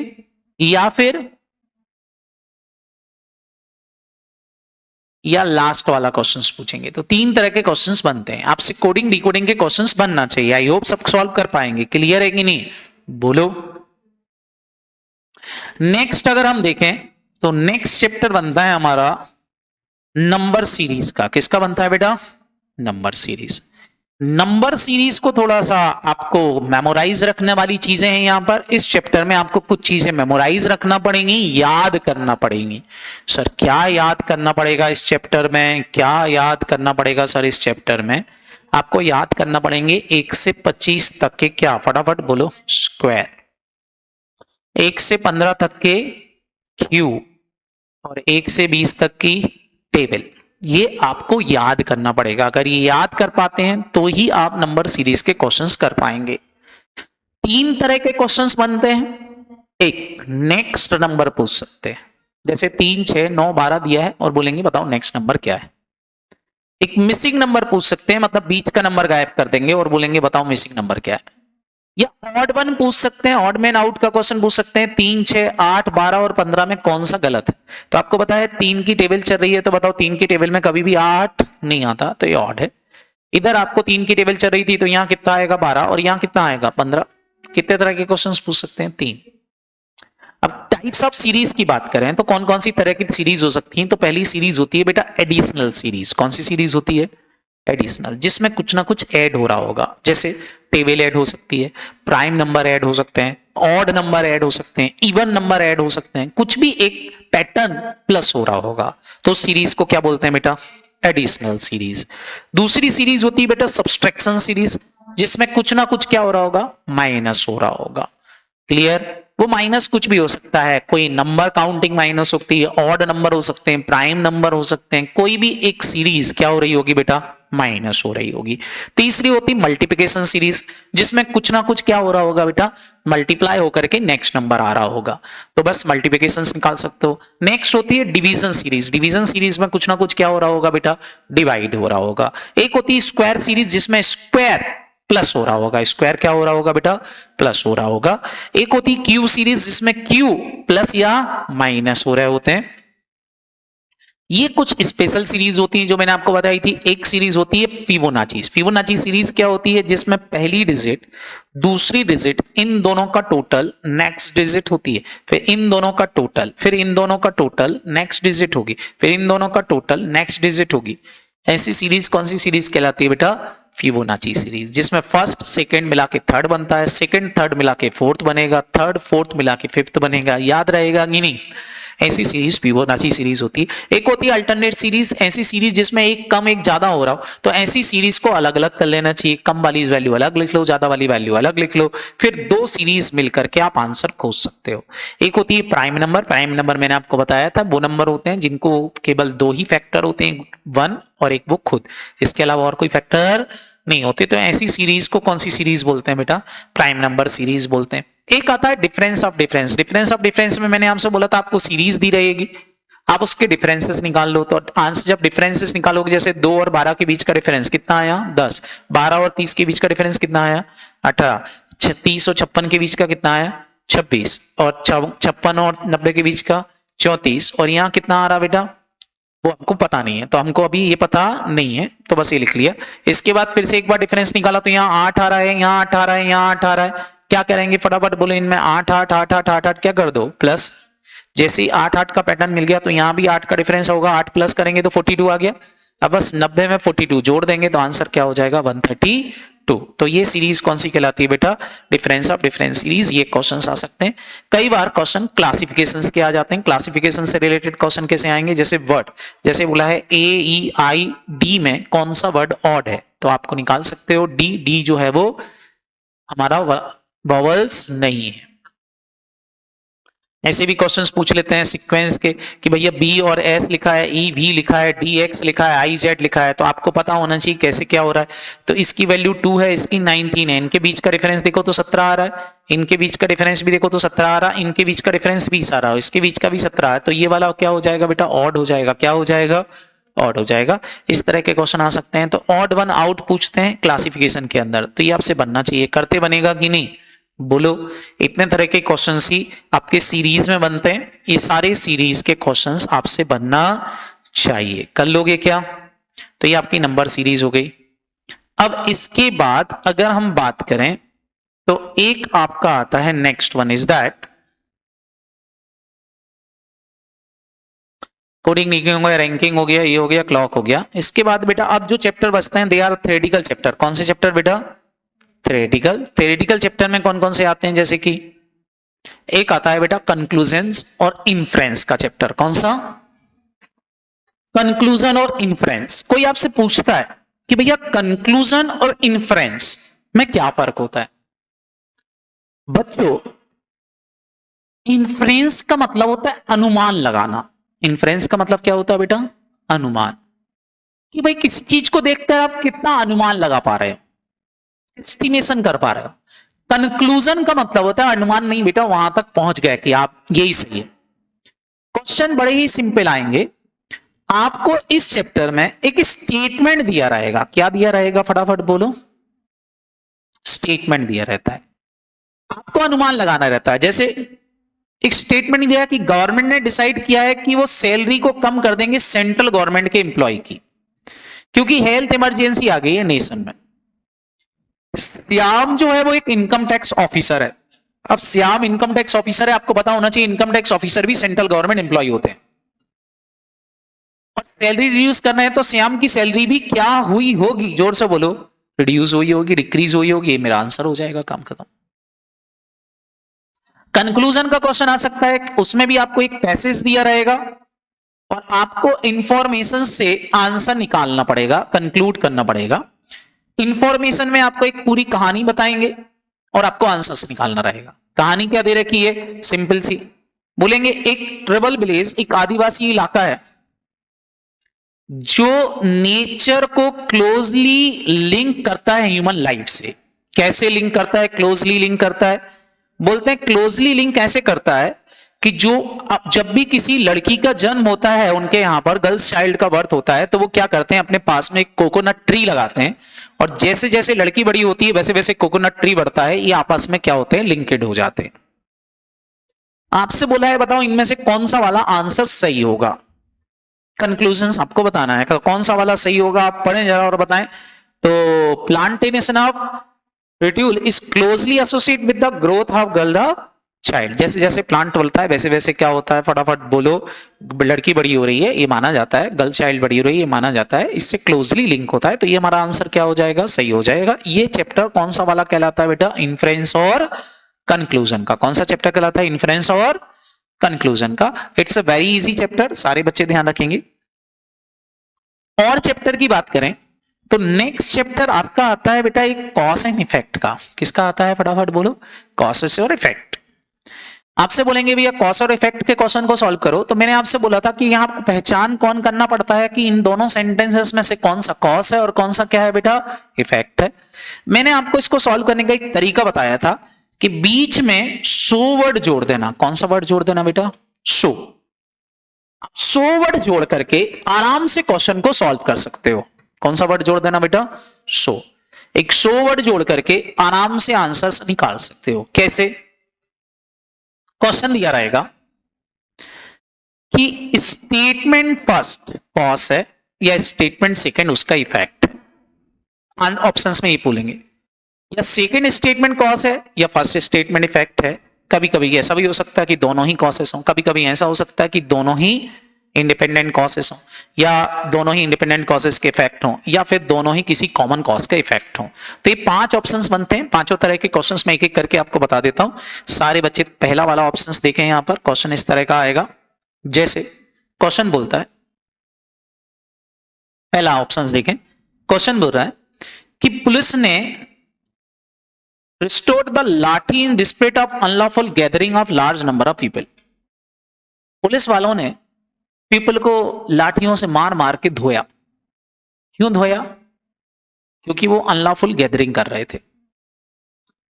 तो सिटीजन जो दूसरे लोग थे सिटी के, उनने एक जनरल स्ट्राइक के थ्रू प्रोटेस्ट किया पुलिस अथॉरिटी के अगेंस्ट। तो पहले कुछ हुआ होगा, उसके बाद उसका इफेक्ट आया होगा। तो ऐसा तो हो नहीं सकता कि भैया जनरल पब्लिक पहले स्ट्राइक पे बैठी हो फिर लाठी घली हो। नहीं, पहले लाठी घली इसलिए प्रोटेक्ट किया। तो क्या हो जाएगा बेटा, पहला वाला क्या हो गया, सारे बच्चे बताओ, पहला वाला क्या हो गया, कॉज, और दूसरा वाला उसका क्या हो गया, फटाफट बोलो, इफेक्ट हो गया। दूसरा वाला उसका क्या हो गया, इफेक्ट। ये कॉज है भैया, लोगों को लाठियां घड़ी इसीलिए सिटीजन प्रोटेक्ट कर रहे हैं, प्रोटेस्ट कर रहे हैं, ये उसका क्या हो जाएगा, जोर से बोलो, इफेक्ट। तो आंसर क्या हो जाएगा, स्टेटमेंट 1 इज कॉज और statement 2 is effect. Second question ऐसा है, जरा इसको पढ़ें। तो सेकंड क्वेश्चन बोल रहा है, 2 स्टेटमेंट इसी तरह के दिए होंगे, आपको पहचानना पड़ रहेगा। क्वेश्चन बोल रहा है कि वेजिटेबल की प्राइस जो है वो क्या हो गई, जोर से बोलो, इंक्रीज हो रही है ड्यूरिंग द समर सीजन। बोल रहे हैं there is increase in temperature during the summer season, इसके कारण से क्रॉप्स जो है वो खराब होती है। तो सही है बेटा, क्रॉप खराब होगी तो प्राइस बढ़ेंगी। तो सारे बच्चे बताओ, ऐसा तो है नहीं प्राइस बढ़ी तो क्रॉप खराब हुई, नहीं नहीं, क्रॉप खराब हुई इसलिए प्राइस बढ़ी। तो ये दूसरा वाला क्या हो जाएगा बेटा, कॉज, और पहला वाला यहां क्या है, इफेक्ट है। क्लियर है कि नहीं। तो इस तरह के क्वेश्चंस आएंगे। बस आपको पहचान कौन करना है, क्या करना है फटाफट बोलो, पहचान कौन। ऐसे भी क्वेश्चन आ सकते हैं कि दोनों ही इंडिपेंडेंट कॉसेस हो। जैसे क्वेश्चन बोल रहा है कि भैया कंसिडरेबल रिडक्शन आया है number of people affected by waterborne disease से सिटी ए के अंदर रेनिंग सीजन में। दूसरा बोल रहा है गवर्नमेंट ने बहुत सारे न्यू सिविल हॉस्पिटल ओपन करे हैं बिगिनिंग ऑफ द ईयर में, तो हॉस्पिटल खोलने से क्या बीमारियां कम होती हैं? बीमारी थोड़ी ना हॉस्पिटल खोलने से कम होती है, दोनों ही अलग अलग कॉसेस हैं। हॉस्पिटल कम होंगी इसलिए ज्यादा हॉस्पिटल खोले गए हैं, और वहां ऊपर क्या आ रहा है फटाफट बोलो कि नंबर ऑफ पीपल अफेक्टेड हो रहे होंगे बहुत डिजीज से, इस कारण से ऐसा हुआ है। समझ में आया कि नहीं बोलो, याद रहेगा इतना? अरे बच्चों बोलो, इतना समझ में आ गया? तो it's a very easy concept, दोनों ही कॉसेस हैं।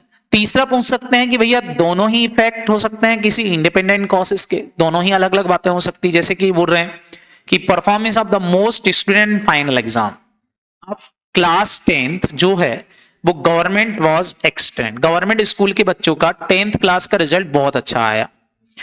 बहुत सारे टीचर जॉब छोड़ के चले गए हैं प्राइवेट स्कूल की ओर। मेरे को बताओ दोनों ही कॉसेस अलग अलग है? पहली बात तो दोनों ही इफेक्ट हैं, जॉब छोड़ दी ये भी इफेक्ट है, और दूसरा बच्चे पास हुई ये भी एक रिजल्ट है, दोनों ही इफेक्ट है, लेकिन कॉसेस अलग हो सकते हैं। बताओ बच्चे पास हुए अच्छे रिजल्ट से मतलब उन्होंने पढ़ाई अच्छी करी होगी, कॉस ही रहा होगा। लोग जॉब छोड़ रहे हैं इसलिए छोड़ा होगा क्योंकि प्राइवेट स्कूल वाले ज्यादा सैलरी दे रहे होंगे। तो दोनों ही कॉसेस क्या हो गया, इंडिपेंडेंट, बट इफेक्ट दोनों ही है और दोनों इंडिपेंडेंट कॉसेस के। किसी कॉमन कॉज का सेम इफेक्ट भी हो सकते हैं, जैसे एक कॉज के दो इफेक्ट भी हो सकते हैं। जैसे आप CSET में फेल हो गए तो घर वालों ने जूते मारे और माला चढ़ाई तुम्हारे ऊपर, ये क्या होगा फटाफट बोलो, सेम कॉज का दो इफेक्ट हो गए। या सारे बच्चे देखें दिया है police authority recently catch the group of house breaker, police authority जो है वो हाउस ब्रेकर्स को पकड़ रही है। सिटीजन ग्रुप भी रात में विजिट कर रहे हैं, तो भैया चोरियां ज्यादा हो रही होंगी इसलिए दोनों काम हो रहे हैं, बोलो हाँ है ना? तो ये दोनों ही इफेक्ट हैं किसी कॉमन कॉसेस के, क्लियर है कि नहीं? तो इस तरह के क्वेश्चंस बन सकते हैं, सारे बच्चे ध्यान रखना, ये होते हैं हमारा क्या, कॉज और इफेक्ट का चैप्टर। तो इस तरह के क्वेश्चंस आए तो आपसे बनना चाहिए, क्लियर है कि नहीं बोलो। इसके बाद अगर हम बात करें कुछ अदर चैप्टर की, तो अदर चैप्टर में और कौन कौन से चैप्टर आते हैं? तो अदर चैप्टर हमारे बहुत ही इजी चैप्टर हैं जिनसे रिलेटेड क्वेश्चन एग्जाम में पूछे जा सकते हैं। तो अदर चैप्टर्स देख लेते हैं कौन कौन से हो सकते हैं।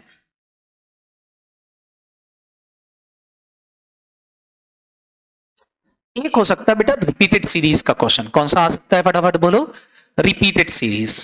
रिपीटेड सीरीज के अंदर सबसे पहले आप ये देखो कि कितने नंबर ऑफ लेटर यूज हो रहे हैं, कितने नंबर ऑफ लेटर यूज हो रहे हैं, A B और कौन सा दिख रहा है, C।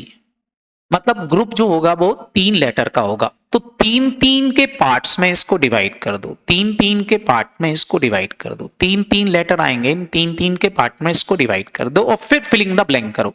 यहाँ A B आ रहा है, बताओ यहाँ क्या होगा, C।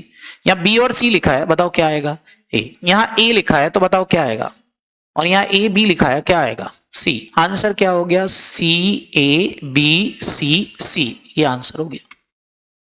क्लियर है कि नहीं, करते बनेगा कि नहीं?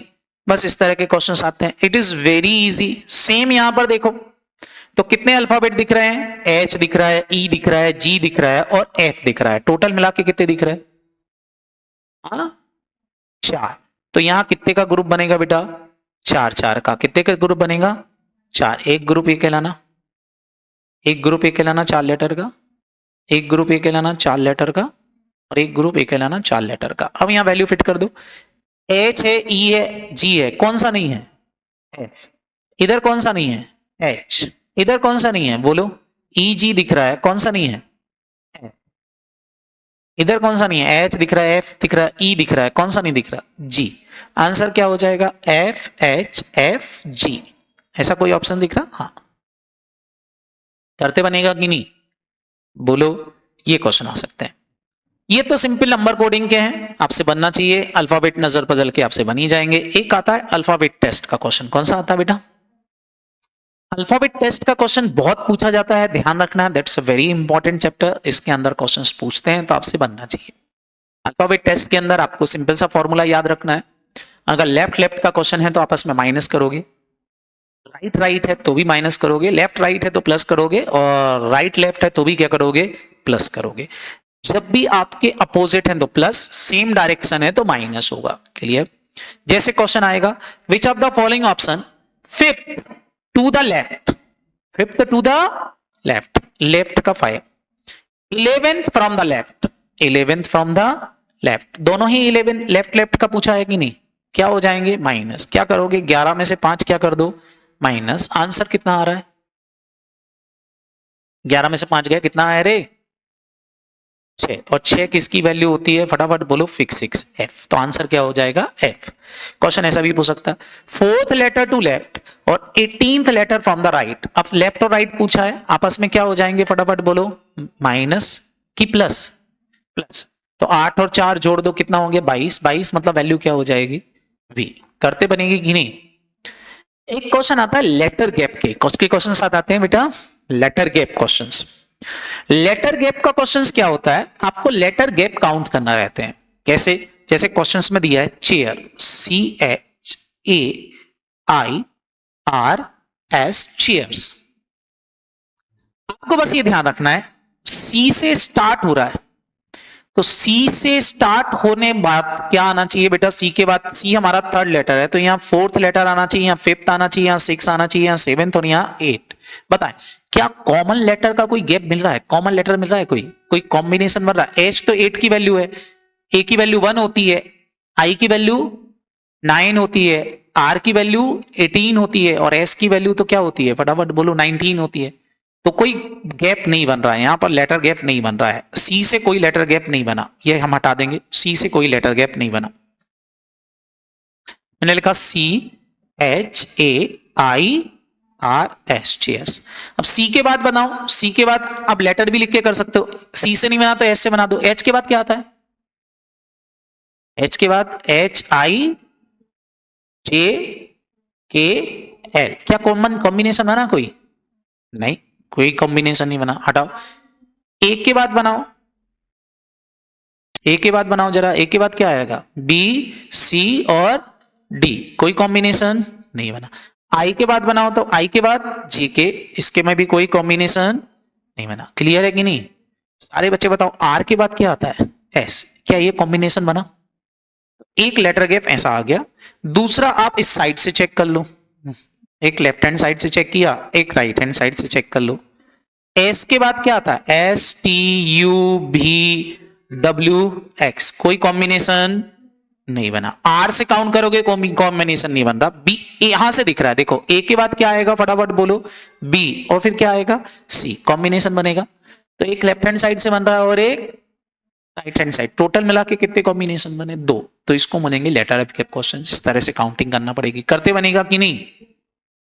अल्फाबेटिकल ऑर्डर में लिखने आ सकते हैं, डिक्शनरी ऑर्डर में, तो आप सारे बच्चों को पता है, सिंपल सी बात करना है। एफ की वैल्यू होती है 6, एस की वैल्यू होती है 19, एन की वैल्यू होती है 14 और सी की वैल्यू होती है 3। तो पहले क्या आएगा, सारे बच्चे बताओ, केम आएगा, केम के बाद क्या आएगा, फटाफट बोलो, फेम आएगा, फेम के बाद क्या आएगा, फटाफट बोलो, नेम, और नेम के बाद क्या आएगा, सेम। ऑर्डर क्या बनेगा, 4, 1, 3 और 2 का। ये भी पूछ सकते हैं। रॉन्ग स्पेलिंग दी होगी, उसको सही करना पड़ेगी। क्वेश्चन बोल रहा है बताओ ये रॉन्ग स्पेलिंग किसकी है, तो आपको यहां मॉडवेंटन दिया हुआ है, सही वर्ड इज वेडमेंटन। वेडमेंटन में आपसे पूछा है स्टार्टिंग और लास्ट लेटर किसका होगा, तो बी और एन होगा, तो ये सही हो जाएगा। अल्फा न्यूमेरिकल पजल आ सकता है, ये बिल्कुल वैसा होगा जैसे कि अभी अपन ने सीक्वेंस पढ़ा था, नंबर के क्वेश्चन किए थे। एक सीरीज दी होगी और इस सीरीज में वही प्रीसीडेड और फॉलोड बाय, ये नहीं होना चाहिए, वो होना चाहिए, उससे आपको काउंटिंग करना पड़ेगी। ये सेम चैप्टर है जो हमने अभी डिस्कस किया था। क्लियर है कि नहीं, ये क्वेश्चन आ सकते हैं। इसके बाद ये क्वेश्चन आपकी स्टडी मटेरियल में कई बार पूछा गया है, तो इसको थोड़ा सा ध्यान रखना। बचपन में जो एक्स मान के सॉल्व करते थे वैसा ही आपको ये क्वेश्चन सॉल्व करना पड़ेगा एक्स मान के। अभी कभी संतरे के नाम से आ जाता है, कभी किसी के नाम से आ जाता है, थोड़ा सा ध्यान रखेंगे। क्वेश्चन है कुल मिला के 280 क्वेश्चंस दिए गए स्टूडेंट्स को। आप स्कूल ए और स्कूल बी में, स्कूल ए और स्कूल बी में मिला के कितने क्वेश्चंस दिए गए, 280। कितने क्वेश्चंस दिए गए, जोर से बोलो, 280 क्वेश्चंस दिए गए। Whose total number 50 student, total number of student कितने हैं बोल रहे हैं 50, ए और बी में मिला के 50 लोगों को 280 क्वेश्चंस दिए गए। That each student from school A get 5 question, हर एक स्टूडेंट को स्कूल ए में 5 क्वेश्चंस दिए गए और स्कूल बी में जो है वो 7 क्वेश्चन दिए गए हैं। बताओ total number of student B के कितने होंगे। तो हमने मान लिया total number of student B में x है, तो यहां कितने होंगे फटाफट बोलो, 50 माइनस x होंगे क्योंकि टोटल स्टूडेंट 50 है। इसके बच्चों को कितने क्वेश्चंस दिए गए हैं 5 और इनके बच्चों को कितने क्वेश्चंस दिए गए 7, बोलो हाँ है ना। और इन सारे टोटल क्वेश्चन की वैल्यू कितनी है 280। इक्वेशंस बन जाएगा, x की वैल्यू निकाल लेना आंसर आ जाएगा। क्या ये बात समझ में आएगी नहीं? एक क्वेश्चन ही आ सकता है। एक क्वेश्चन आता है बेटा आपका सिलोजिज्म का। किसका क्वेश्चन आता है फटाफट बोलो, सिलोजिज्म। सिलोजिज्म्स के अंदर सिंपल से क्वेश्चंस होते हैं, सारे बच्चे थोड़ा सा ध्यान रखेंगे सिलोजिज्म के बारे में कि आपको कब रिलेशंस मानना है कब रिलेशंस नहीं मानना है। इट्स इजी, ध्यान रखना। सिलोजिज्म में क्या होता है, एक ऑल वाला केस बनता है और दूसरा कौन सा केस बनता है बेटा, सम वाला। एक कौन सा बनता है ऑल और दूसरा कौन सा केस बनता है बेटा, सम वाला। ऑल और सम को बेस बना के आपको आंसर्स निकालना रहते हैं। क्लियर है कि नहीं? सो इजी है, सारे बच्चे ध्यान रखेंगे। जैसे अगर पहला स्टेटमेंट में सम है और दूसरे स्टेटमेंट में सम है तो आप इसको ऐसा नहीं पढ़ सकते कि सम ए आर सी, ऐसा आप नहीं पढ़ सकते, या सम सी आर ए ऐसा नहीं पढ़ सकते। याद रहेगा कि नहीं बोलो। सेकेंड स्टेटमेंट में अगर सम है तो इसको आप ऐसा नहीं पढ़ सकते ऑल ए आर सी, ये भी गलत हो जाएगा। क्लियर? जब भी सेकेंड स्टेटमेंट में सम हो तो फर्स्ट आइटम और थर्ड आइटम का आपस में कोई रिलेशन नहीं होता। लेकिन अगर सेकेंड स्टेटमेंट में ऑल वर्ड मिलता है, कौन सा वर्ड मिलता है ऑल, तो आप इसको पढ़ सकते हो सम ए आर सी बोल सकते हो और सम सी आर ए भी बोल सकते हो, कोई दिक्कत नहीं है। समझ में आया कि नहीं? सेम यहां ऑल ए आर सी पढ़ सकते हो, लेकिन ऑल का केस रिवर्स वाला नहीं होता है सही, मतलब ऑल सी आर ए गलत होगा। All C are A are C पढ़ सकते हो, ऑल ए आर सी सही होगा, but all C are A गलत हो जाएगा। तो ऑल वाला केस हमेशा सीधे साइड में ही सही होता है, अपोजिट साइड में गलत हो जाता है। क्लियर है कि नहीं? सम वाला दोनों साइड से पढ़ा जा सकता है, हमको पता है। क्लियर है कि नहीं? क्वेश्चन सिंपल सा आता है ऐसा। क्वेश्चन देखो इसमें सिंपल आएगा, रिलेशंस आपको बनाना है। क्वेश्चन बोलेगा कि सम डॉक्टर आर नर्स और ऑल नर्स आर पेशेंट। सबसे पहले तो बताओ सेकेंड स्टेटमेंट में ऑल है तो आप इसको पढ़ सकते हो सम डॉक्टर आर पेशेंट और सम पेशेंट्स आर डॉक्टर, ऐसा भी पढ़ सकते हो, कोई दिक्कत नहीं है। ऑल वाला केस दिया है तो वो दोनों साइड से ही क्या होता है, सारे बच्चे बताओ सही होता है, तो आप पढ़ सकते हो। आप क्वेश्चन क्या पूछा है, all doctor R patients, all doctor R patients. बताओ बेटा ऑल डॉक्टर आर पेशेंट वाला बन रहा है क्या केस? नहीं, कहीं भी ऑल डॉक्टर आर पेशेंट नहीं है, तो ये फॉल्स हो जाएगा। सम पेशेंट्स आर डॉक्टर, क्या सम पेशेंट्स आर डॉक्टर वाला बन रहा है? हाँ, सम डॉक्टर आर पेशेंट पढ़ सकते हो, आप सम पेशेंट और डॉक्टर पढ़ सकते हो, ये ट्रू हो जाएगा। मतलब आंसर क्या लिखोगे, only second is follow. Second is follow, हम सेकेंड को फॉलो करेंगे, फर्स्ट को फॉलो नहीं करेंगे, मेरा कंक्लूजन हो जाएगा। ऐसे क्वेश्चन आ सकते हैं। सेकेंड क्वेश्चन देखो, एक और दे रखा है यहां पर। क्वेश्चन आ सकता है ऐसा, दो स्टेटमेंट दिए रहेंगे, दो स्टेटमेंट दिए रहेंगे फर्स्ट और सेकेंड। अब यहां भी देखो तो एक ऑल है, सेकेंड स्टेटमेंट सम है। ध्यान रखेंगे इनका आपस में कोई रिलेशन नहीं है। फिर से यहां सम है और सेकेंड में भी सम है, तो इनका रिलेशन भी नहीं है, मतलब किसी का किसी से रिलेशन नहीं है, जो लिखा है बस वही सही है। बोलो भाई,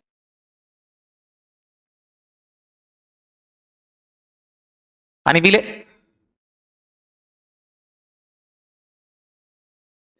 ध्यान रखेंगे जो लिखा है बस वही सही है, जो लिखा है बस वो ही सही है, बाकी कुछ भी सही नहीं है। सिंपल बताओ, यहां लिखा है some desk are shoes, some desk are shoes. बताओ क्वेश्चन में डेस्क और शूज, डेस्क इधर है, डेस्क इधर है और शूज यहां है, इनमें रिलेशन बन ही नहीं सकता, फॉल्स। फिर लिखा है सम रेजर्स आर शूज, तो रेजर इधर है शूज इधर है, इनमें कोई रिलेशन नहीं हो सकता, ये भी फॉल्स है। तो आंसर क्या लिख के आओगे, नीदर फर्स्ट और नॉर सेकेंड इज फॉलो, ना तो मैं फर्स्ट फॉलो करूंगा ना सेकंड फॉलो करूंगा। इस तरह के क्वेश्चंस आएंगे, आपसे बनना चाहिए। ये क्वेश्चन हमारे थे सिलोजिज्म के क्वेश्चंस। कौन से क्वेश्चन थे बेटा? सिलोजिज्म्स के। इसके बाद नेक्स्ट क्वेश्चन आता है बेटा अजर्सन और रीजंस। कौन सा क्वेश्चन आता है बेटा? अजर्सन और रीजन चैप्टर। अजर्सन और रीजंस में मैंने आपसे बोला था कि जब भी कोई काम होता है तो उसका एक रीजन होता है। जैसे मैं आपसे बोलूं, बताओ आप CSET पढ़ रहे हो, क्यों पढ़ रहे हो? अरे पैसा कमाना है, पास मास तो ठीक है, CS बन के क्या कमाना है? पैसा घर वालों ने बोला पैसा कमाना पड़ेगा बड़े होके, बात समझ में आएगी नहीं, इसलिए पढ़ाई कर रहे हो कि नहीं? बोलो। गुड। तो सारे बच्चे बताओ अजर्सन और क्या है, फटाफट बोलो। रीजन। हर एक चीज का एक रीजन होता है। दो तरह के क्वेश्चंस बनते हैं, एक तो जीके बेस और एक स्टोरी बेस। बहुत ध्यान से सुनना। स्टोरी जैसे दे रखी हो क्वेश्चंस के अंदर, आपको बोलेंगे कि एक राम है, वो हमेशा फर्स्ट डिवीजन पास होता है क्योंकि उसको पढ़ना पसंद है और उसको खेलना भी पसंद है। एक मोहन है, ये हमेशा फेल हो जाता है क्योंकि इसको पढ़ना पसंद नहीं है और हमेशा खेलता रहता है। समझ में आया कि नहीं? दो लोगों की स्टोरी सुनाई, अब आंसर क्वेश्चन पूछेंगे, एक अजर्सन दिया होगा, एक रीजन। पहला अजर्सन दिया है, राम हमेशा फर्स्ट डिवीजन पास होता है। सही है कि ट्रू है कि फॉल्स है? राम हमेशा ही क्या होता है? फर्स्ट डिवीजन पास होता है। ट्रू है? बोलो आए ना। लेकिन बोल रहे राम को पढ़ना पसंद नहीं है, रीजन क्या है? फॉल्स। बोलो राम को पढ़ना पसंद है कि नहीं? और यहां बोल दिया हेट स्टडी, तो सारे बच्चे बताओ फॉल्स है। तो आंसर क्या लिख के आओगे? A is true but R is false। दूसरा केस देखो, बोले मोहन हमेशा फर्स्ट डिवीजन पास होता है, फॉल्स है।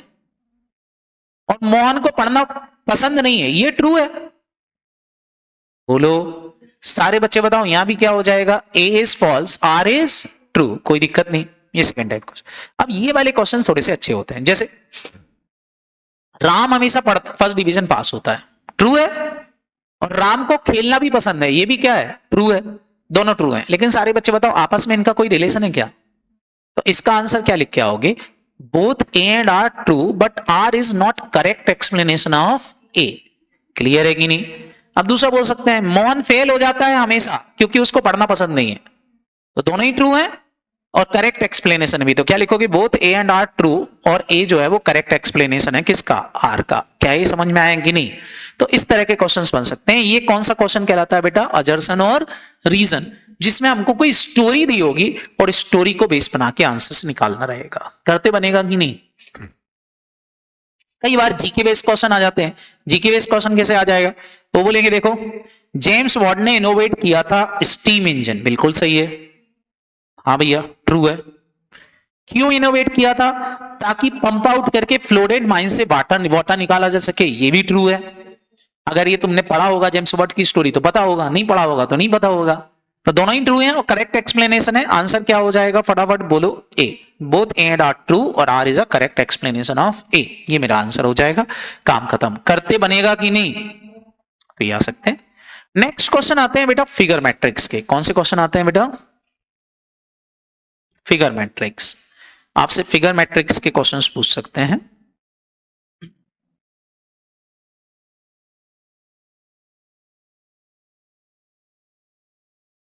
अब फिगर मैट्रिक्स के क्वेश्चन को कैसे सॉल्व करना है सारे बच्चे यहां ध्यान से देखेंगे। आपको दो फिगर गिवन होंगे, तो दोनों फिगर को बेस बनाना है। एक एक फिगर को बेस बनाओ। जैसे पहला वाला एरो सीधा है, दूसरा वाला एरो भी क्या है? फिर अपोजिट हुआ है कि नहीं? सेम यहां देखो, पहला वाला एरो सीधा है, ये भी सीधा है, फिर अपोजिट हुआ है कि नहीं? रूल बना गया। तो बताओ पहला वाला एरो यहां सीधा है, दूसरा वाला भी क्या होना चाहिए? सीधा, और फिर अपोजिट हो रहा है, हो गया टेली। और दूसरा वाला एरो देखो, दूसरा वाला एरो देखो, पहला वाला सीधा था, फिर उल्टा हो गया, फिर सीधा हो गया, टर्न हो रहा है बार बार। ये अपोजिट है, फिर अपोजिट हुआ, फिर टर्न हो गया। सेम ये भी होना चाहिए। बताओ ये नीचे आ रहा है, अब क्या होना चाहिए? ऊपर, और फिर कहां जाना चाहिए? नीचे। चला गया कि नहीं? क्या आंसर मिला? दोनों एरो ऊपर आएंगे। तो आंसर क्या हो गया? दोनों ऊपर एरो ऊपर आएंगे। काम खत्म हो गया। करते बनेगा कि नहीं? ये मैट्रिक्स कौन सी मैट्रिक्स कहलाती है? Figure matrix. कौन सी मैट्रिक्स कहलाती है? Figure matrix. दूसरा क्वेश्चन बनता है बेटा ग्रुप आइडेंटिटी फिगर। आपको ग्रुप बनाना है सेम फिगर के। ग्रुप कैसा होता है बेटा? जिनका ग्रुप में क्या आते हैं? सेम फिगर आते हैं। ग्रुप में क्या आते हैं बेटा? Same figure. अब वो कैसे बनाओगे ग्रुप सेम फिगर में? तो इट्स अ वेरी इजी। बताओ यहां क्या दे रखा, फटाफट बोलो। ट्रायंगल के अंदर एक छोटा ट्रायंगल दिया है कि नहीं? इधर देखो सर्किल के अंदर एक छोटा सर्किल, और यहां दे रखा बॉक्स के अंदर एक बॉक्स, स्क्वायर के अंदर स्क्वायर दिया है कि नहीं? सेम, ये सेम साइज दिख रहा है, सेम दिख रहा है। तो ये हमारा एक ग्रुप बन गया 1, 3 और 8। इधर देखें तो बॉक्स के अंदर एक बिंदी दिख रही है, ट्रायंगल के अंदर एक बिंदी दिख रही है 7। तो आंसर क्या हो जाएगा 2, 5 और 7। और बचे हुए देखो तो बेटा सेम दिख रहे हैं, बचे हुए देखो तो ये देखो ट्रायंगल के अंदर ट्रायंगल, स्क्वायर के अंदर स्क्वायर, सर्किल के अंदर सर्किल। तो क्या हो जाएगा 4, 6 और एक ग्रुप ए बन जाएगा। आंसर कौन सा हो जाएगा? डी। कई बार सारे लोग ही अलग अलग दिखते हैं, सारे लोग अलग अलग दिखते हैं, तो ऐसे केस में आप नंबर लाइन काउंट कर लेना। क्या कर लेना? Number of line. जैसे 1, 2, 3 लाइन काउंट से बन के बना है, ये भी 1, 2 और 3 लाइन से मिलके बना है। और कोई 3 लाइन से मिलके बना है, देखो जरा, ये 4, 1, 2 और 3 लाइन से मिलके बना है कि नहीं? तो एक ग्रुप कौन सा हो गया मेरा, फटाफट बोलो। 1, 3 और 4, एक ग्रुप बन गया। दूसरा देखें तो 4 लाइन से मिलके कौन कौन सा बना, 1, 2 और 1, 3, 4। और 4 लाइनें कहां दिख रही हैं? 1, 2, 3, 4। और 4 लाइनें 1, 2, 3, 4 दिख रही हैं कि नहीं? तो कौन कौन से हो गए, फटाफट बोलो। 6, 7 और 8। अब ऐसा, और लास्ट में जो बच गया वो 5 लाइन वाले हैं, बताओ वो कौन से बच गए? 2, 5 और 9। आंसर देखो, ऐसा कोई दिख रहा है क्या? फर्स्ट समझ में आया कि नहीं? बस इस तरह से आंसर आएंगे। नेक्स्ट चैप्टर है बेटा आपका statement and assumptions. Next chapter क्या है, फटाफट बोलो। स्टेटमेंट ऑफ अजम्पशंस के क्वेश्चंस आ सकते हैं। स्टेटमेंट और अजम्पशंस का जो क्वेश्चंस आएगा, it's a very easy question, जिसमें आपको पहचानने के लिए मैंने सिखाया था कि आपको बताना पड़ेगा कि उसका अजम्पशन सही है या गलत है, आपको ये बताना रहता है। तो मैंने आपको बताया था कि आप केवल रूल याद रखो, अजम्पशंस हमेशा ही बेटा अगर पॉजिटिव है तो ही सही होगा, निगेटिव वे में अजम्पशन सही नहीं होंगी सही। दूसरा, आपके अजम्पशन में अगर आपको ईच, एनी, एवरी या ऑल वर्ड मिलते हैं तो ये हमेशा ही एक्सप्लिसिट होगा, रॉन्ग होगा, मतलब फॉल्स होगा। अगर आपके अजम्पशन में some, too large, extend, much, many ऐसे वर्ड मिलते हैं तो ये स्टेटमेंट इंप्लिसिट होगा, मतलब क्या होगा, जोर से बोलो, ट्रू होगा।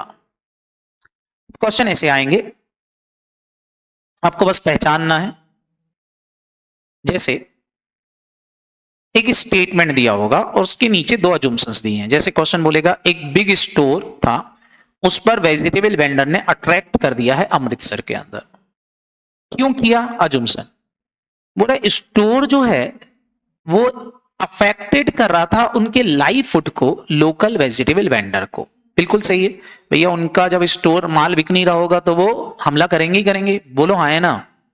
और दूसरा बोल रहे हैं स्टोर जो है वो थिकली पॉपुलेटेड एरिया में, इससे कोई लेना देना नहीं है। ये क्या है, फटाफट बोलो, फॉल्स है। पहला वाला क्या है, जोर से बोलो, ट्रू है। तो हम क्या बोलेंगे, अजम्पशन 1 इज इम्प्लिसिट और अजम्पशन 2 इज एक्सप्लिसिट। याद रहेगा कि नहीं?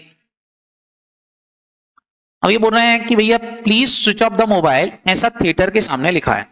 अब देखो इसमें एवरी वर्ड हो गया, एवरी हो गया मतलब ये तो फॉल्स हो गया, तो सेकंड वाला ही ट्रू होगा, तो ये हमारा सेकंड ट्रू हो जाएगा। करते बनेगा कि नहीं? तो ये क्वेश्चन आ सकते हैं। ये होते हैं मेरे अजम्पशंस और स्टेटमेंट वाले क्वेश्चंस। इसके बाद बेटा नेक्स्ट चैप्टर अगर हम बात करें तो नेक्स्ट चैप्टर है आपका logical Venn diagram. Logical Venn diagram के क्वेश्चंस कैसे होते हैं, जिसके अंदर बेटा आपको बताना पड़ेगा कि कौन सा वेन डायग्राम सही है, कौन सा वेन डायग्राम सही है। जैसे यहां दी है वेजिटेबल, पोटैटो, कैबरेज।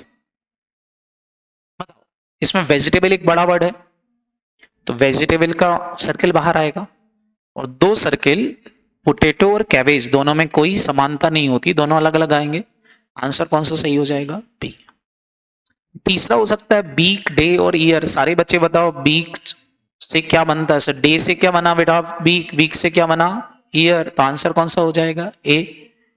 इधर बताओ जज, थीफ और क्रिमिनल। तो क्रिमिनल के अंदर ही थीफ आता है, बोलो जज बिल्कुल अलग आएगा, आएगा कि नहीं? तो आंसर कौन सा सही हो जाएगा? सी बनेगा करते। ये क्वेश्चन हो सकते हैं। इसके बाद कोई चैप्टर आता है रूल डिडक्शन, कौन सा आता है फटाफट बोलो? Rule deduction. तो रूल डिडक्शन का चैप्टर हो सकता है। आई होप सबको क्लियर हुआ कि नहीं? बोलो समझ में आया कि नहीं?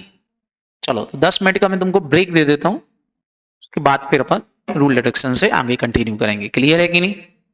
चलो पी लो, चाय आए पी लो जाके। इसके बाद 10 मिनट बाद आगे बढ़ते हैं रूल डिडक्शन से।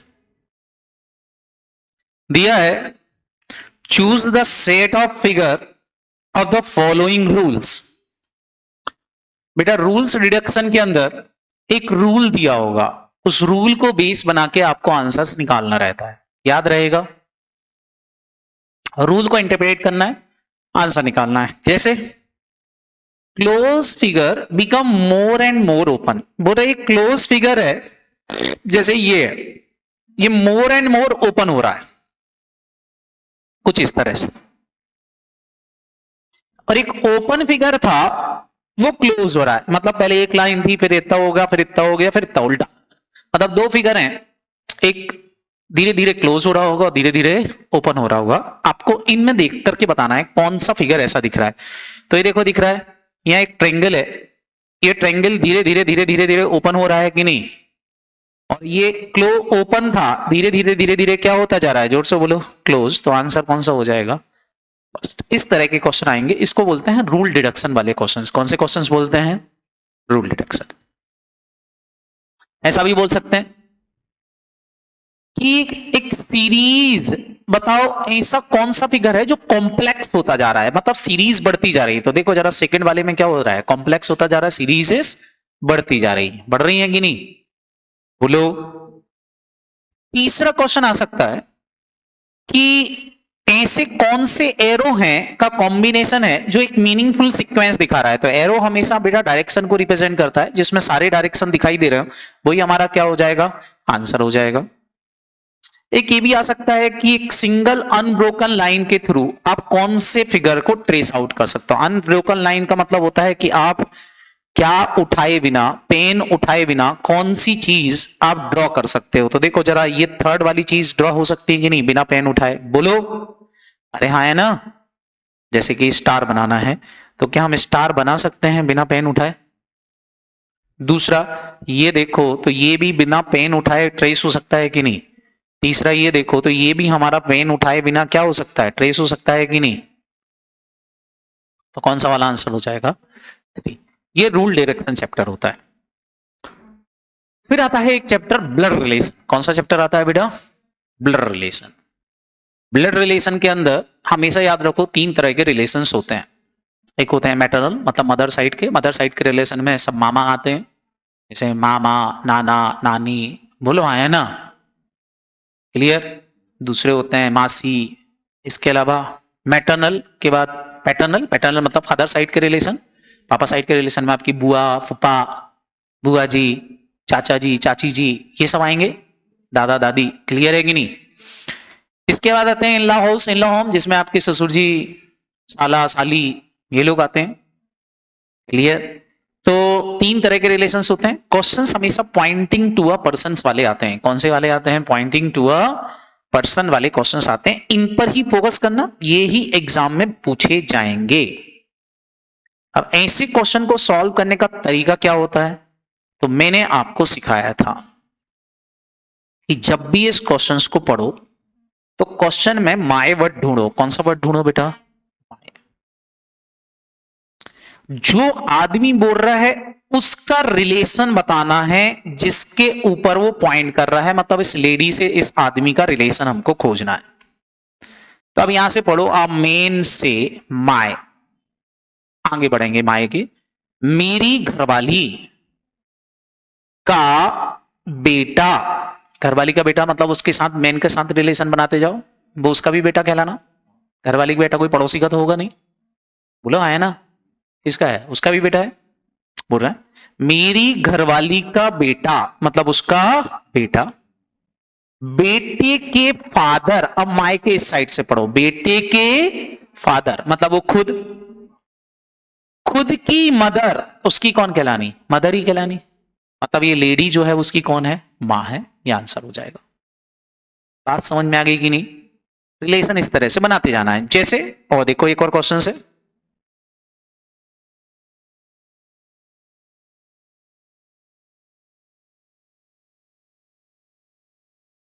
अब देखो एक और क्वेश्चन है, बोल रहे हैं कि मधु बता रही है जेकी के बारे में, तो आपको मधु और जेकी का रिलेशन बताना है। तो मधु क्या बोल रही है, मधु बोल रही माय फादर मतलब उसके पापा, ब्रदर मतलब उसके चाचा, चाचा की ओनली सिस्टर इन लॉ मतलब उसकी मां, चाचा की सिस्टर इन लॉ कौन कहना लेगी, उसके पापा की वाइफ मतलब उसकी मां, मां का बेटा कौन कहलाना, उसका भाई, तो आंसर क्या हो गया, सन मतलब भाई, क्लियर, ब्रदर। इस तरीके से आंसर निकालना पड़ेगा, करते बनेगा कि नहीं।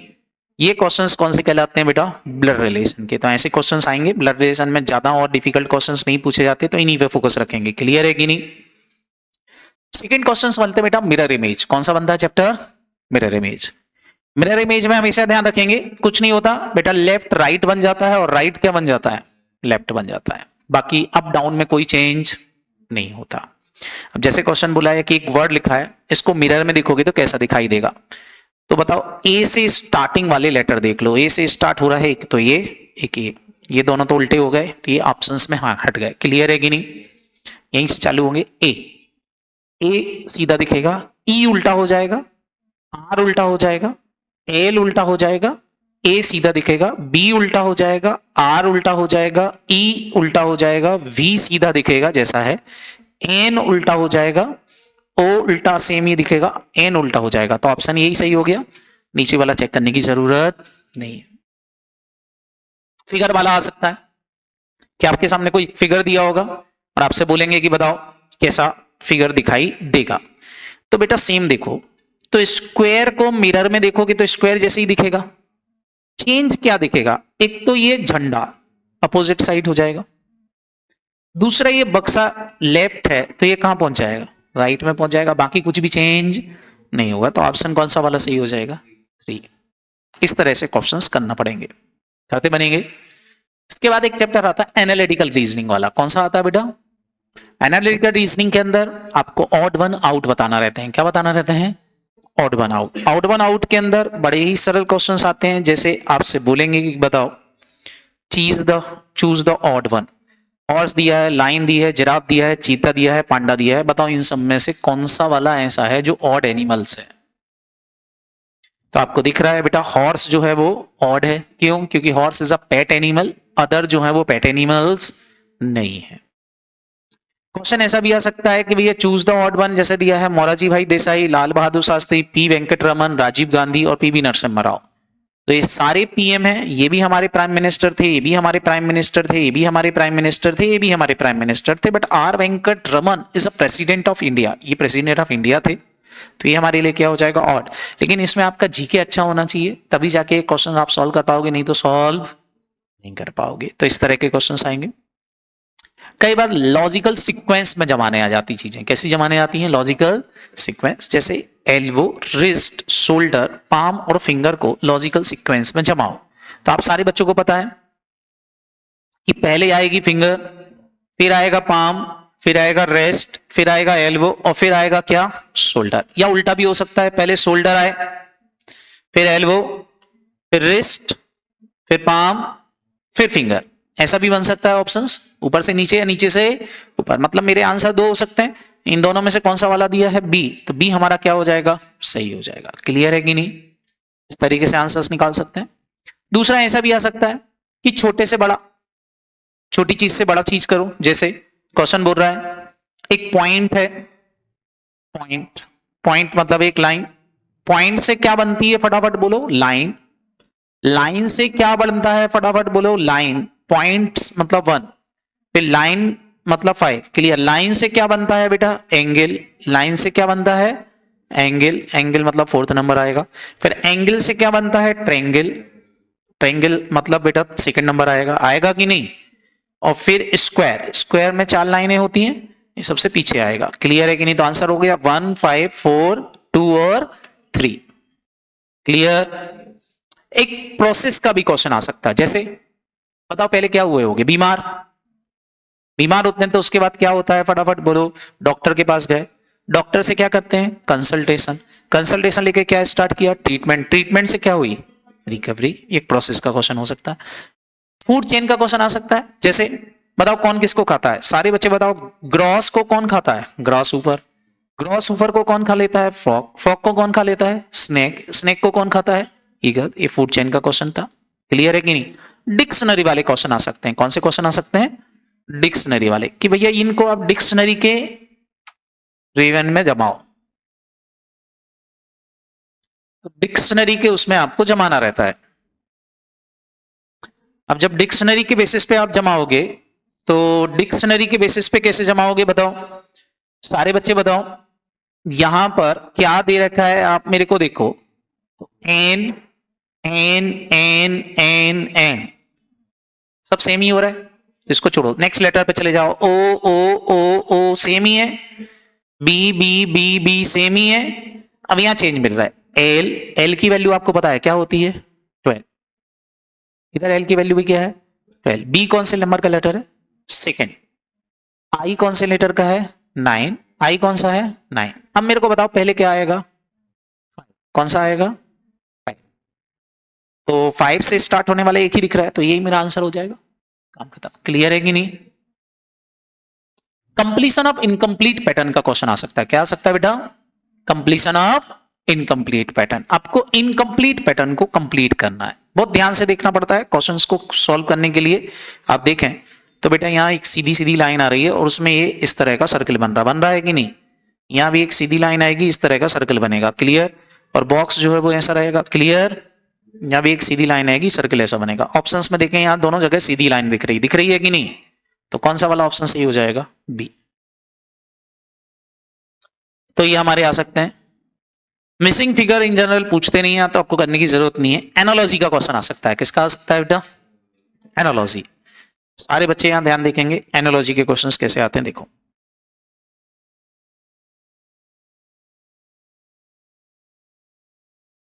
एनालॉजी के क्वेश्चंस इस तरह से आएंगे, जैसे क्वेश्चन में दिया होगा डॉक्टर, डॉक्टर को कौन फॉलो करता है बेटा, नर्स, बोलो। अब फॉलोवर्स किसको फॉलो करते हैं, लीडर को, किसको फॉलो करते हैं, लीडर को, तो यहां लीडर आ जाएगा। दूसरा, मून जो है वो क्या है बेटा, एक सैटेलाइट है, अर्थ क्या है, एक प्लेनेट। क्लॉक क्या बताती है, थर्मामीटर क्या बताता है, टेम्परेचर। ये क्वेश्चन किसके कहलाते हैं बेटा, एनालॉजी के। किसके क्वेश्चन कहलाते हैं, एनालॉजी के। करते बनेंगे कि नहीं, जैसे लीकर एक ड्रिंक है, तो टी क्या है, एक बिवरेज है, क्लियर है कि नहीं, तो इस तरह के क्वेश्चन आ सकते हैं। इसके बाद एक चैप्टर होता है बेटा आपका ट्रुथ टेलर और लायर, ट्रुथ टेलर और लायर। मैंने आपसे बोला था यहां 3 प्रजाति के लोग होते हैं, कौन कौन से, एक होता है ट्रुथ टेलर, ट्रुथ टेलर हमेशा ही क्या बोलता है बेटा, सच बोलता है। लायर हमेशा ही क्या बोलता है, झूठ। और अल्टरनेटर का एक स्टेटमेंट ट्रू और दूसरा क्या होता है बेटा, फॉल्स होता है। पढ़ा है कि नहीं। अब इसमें क्वेश्चन कैसा आएगा, एक सिंपल सा स्टेटमेंट दिया रहेगा, आपको पहचानना रहेगा कि इनमें से कौन लायर है, कौन ट्रुथ टेलर है और कौन जो है क्या है, फटाफट बोलो, अल्टरनेटर है। लेकिन क्वेश्चन की शर्त हमारे लिए इंपॉर्टेंट रहेगी कि शर्त क्या दी हुई है, जैसी कंडीशन दी होगी उस कंडीशन को बेस बना के आपको आंसर निकालना रहता है। सबको याद रहेगा कि नहीं। जैसे क्वेश्चन बोल रहा है find out the one truth teller, find out the truth teller, only one speak truth, बोल रहा है इनमें केवल एक ही सच बोल रहा है, बाकी सब झूठे हैं। मतलब यहां कोई अल्टरनेटर नहीं है, लायर और ट्रुथ टेलर ही है। आपसे पूछा है इनमें से चोर कौन है, ये भी बताओ। तो अब यहां हमारे अजम्पशन बेस्ड क्वेश्चन चलेंगे। अजम्पशन लेंगे, मिस्टर ए जो है वो थीफ है, चोर है। अगर मिस्टर ए को मैं चोर मानूं, मिस्टर ए को क्या मानूं, फटाफट बोलो, चोर। और ये बोल रहा है कि आई एम नॉट अ थीफ, तो इसका मतलब ये लायर हो गया, बोलो। ये बोल रहा आई एम अ थीफ, तो ये भी लायर हो गया क्योंकि चोर तो ये माना है आपने। ये बोल रहा है मिस्टर इज थीफ, तो ये ट्रुथ टेलर हो गया। और ये बोल रहा आई एम नॉट अ थीफ, तो ये भी ट्रुथ टेलर हो गया। तो यहां तो 2 ट्रुथ टेलर आ गया, जबकि आंसर क्वेश्चन में क्या था, एक ट्रुथ टेलर है। मतलब ये जो अजम्पशन लिया था वो सही अजम्पशन नहीं है। अब सेकेंड अजम्पशन पे जाएंगे, हम मान लेंगे बी चोर है। बी कौन है? चोर। अगर बी चोर है तो उसको बेस बनाते हैं। ये बोल रहा आई एम नॉट अ थीफ, तो बताओ ये ट्रूथ हो जाएगा। ये बोल रहा आई एम अ थीफ, तो ये भी ट्रूथ हो जाएगा।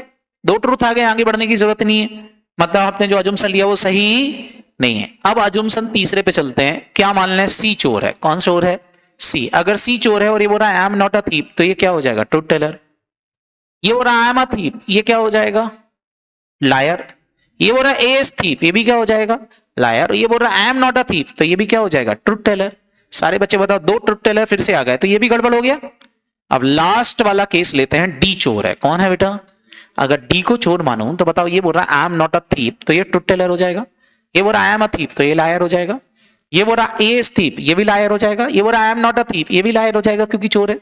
अगर तीन लायर, बोलो एक ट्रूथ टेलर, तो आंसर क्या हो जाएगा? ए इज अ ट्रूथ टेलर और डी इज अ थी। ये मेरा आंसर हो गया। इस तरह से आंसर निकालना पड़ेगा। इसको बोलते हैं बाइनरी लॉजिक। क्या बोलते हैं इसको? Binary logic. करते बनेगा कि नहीं?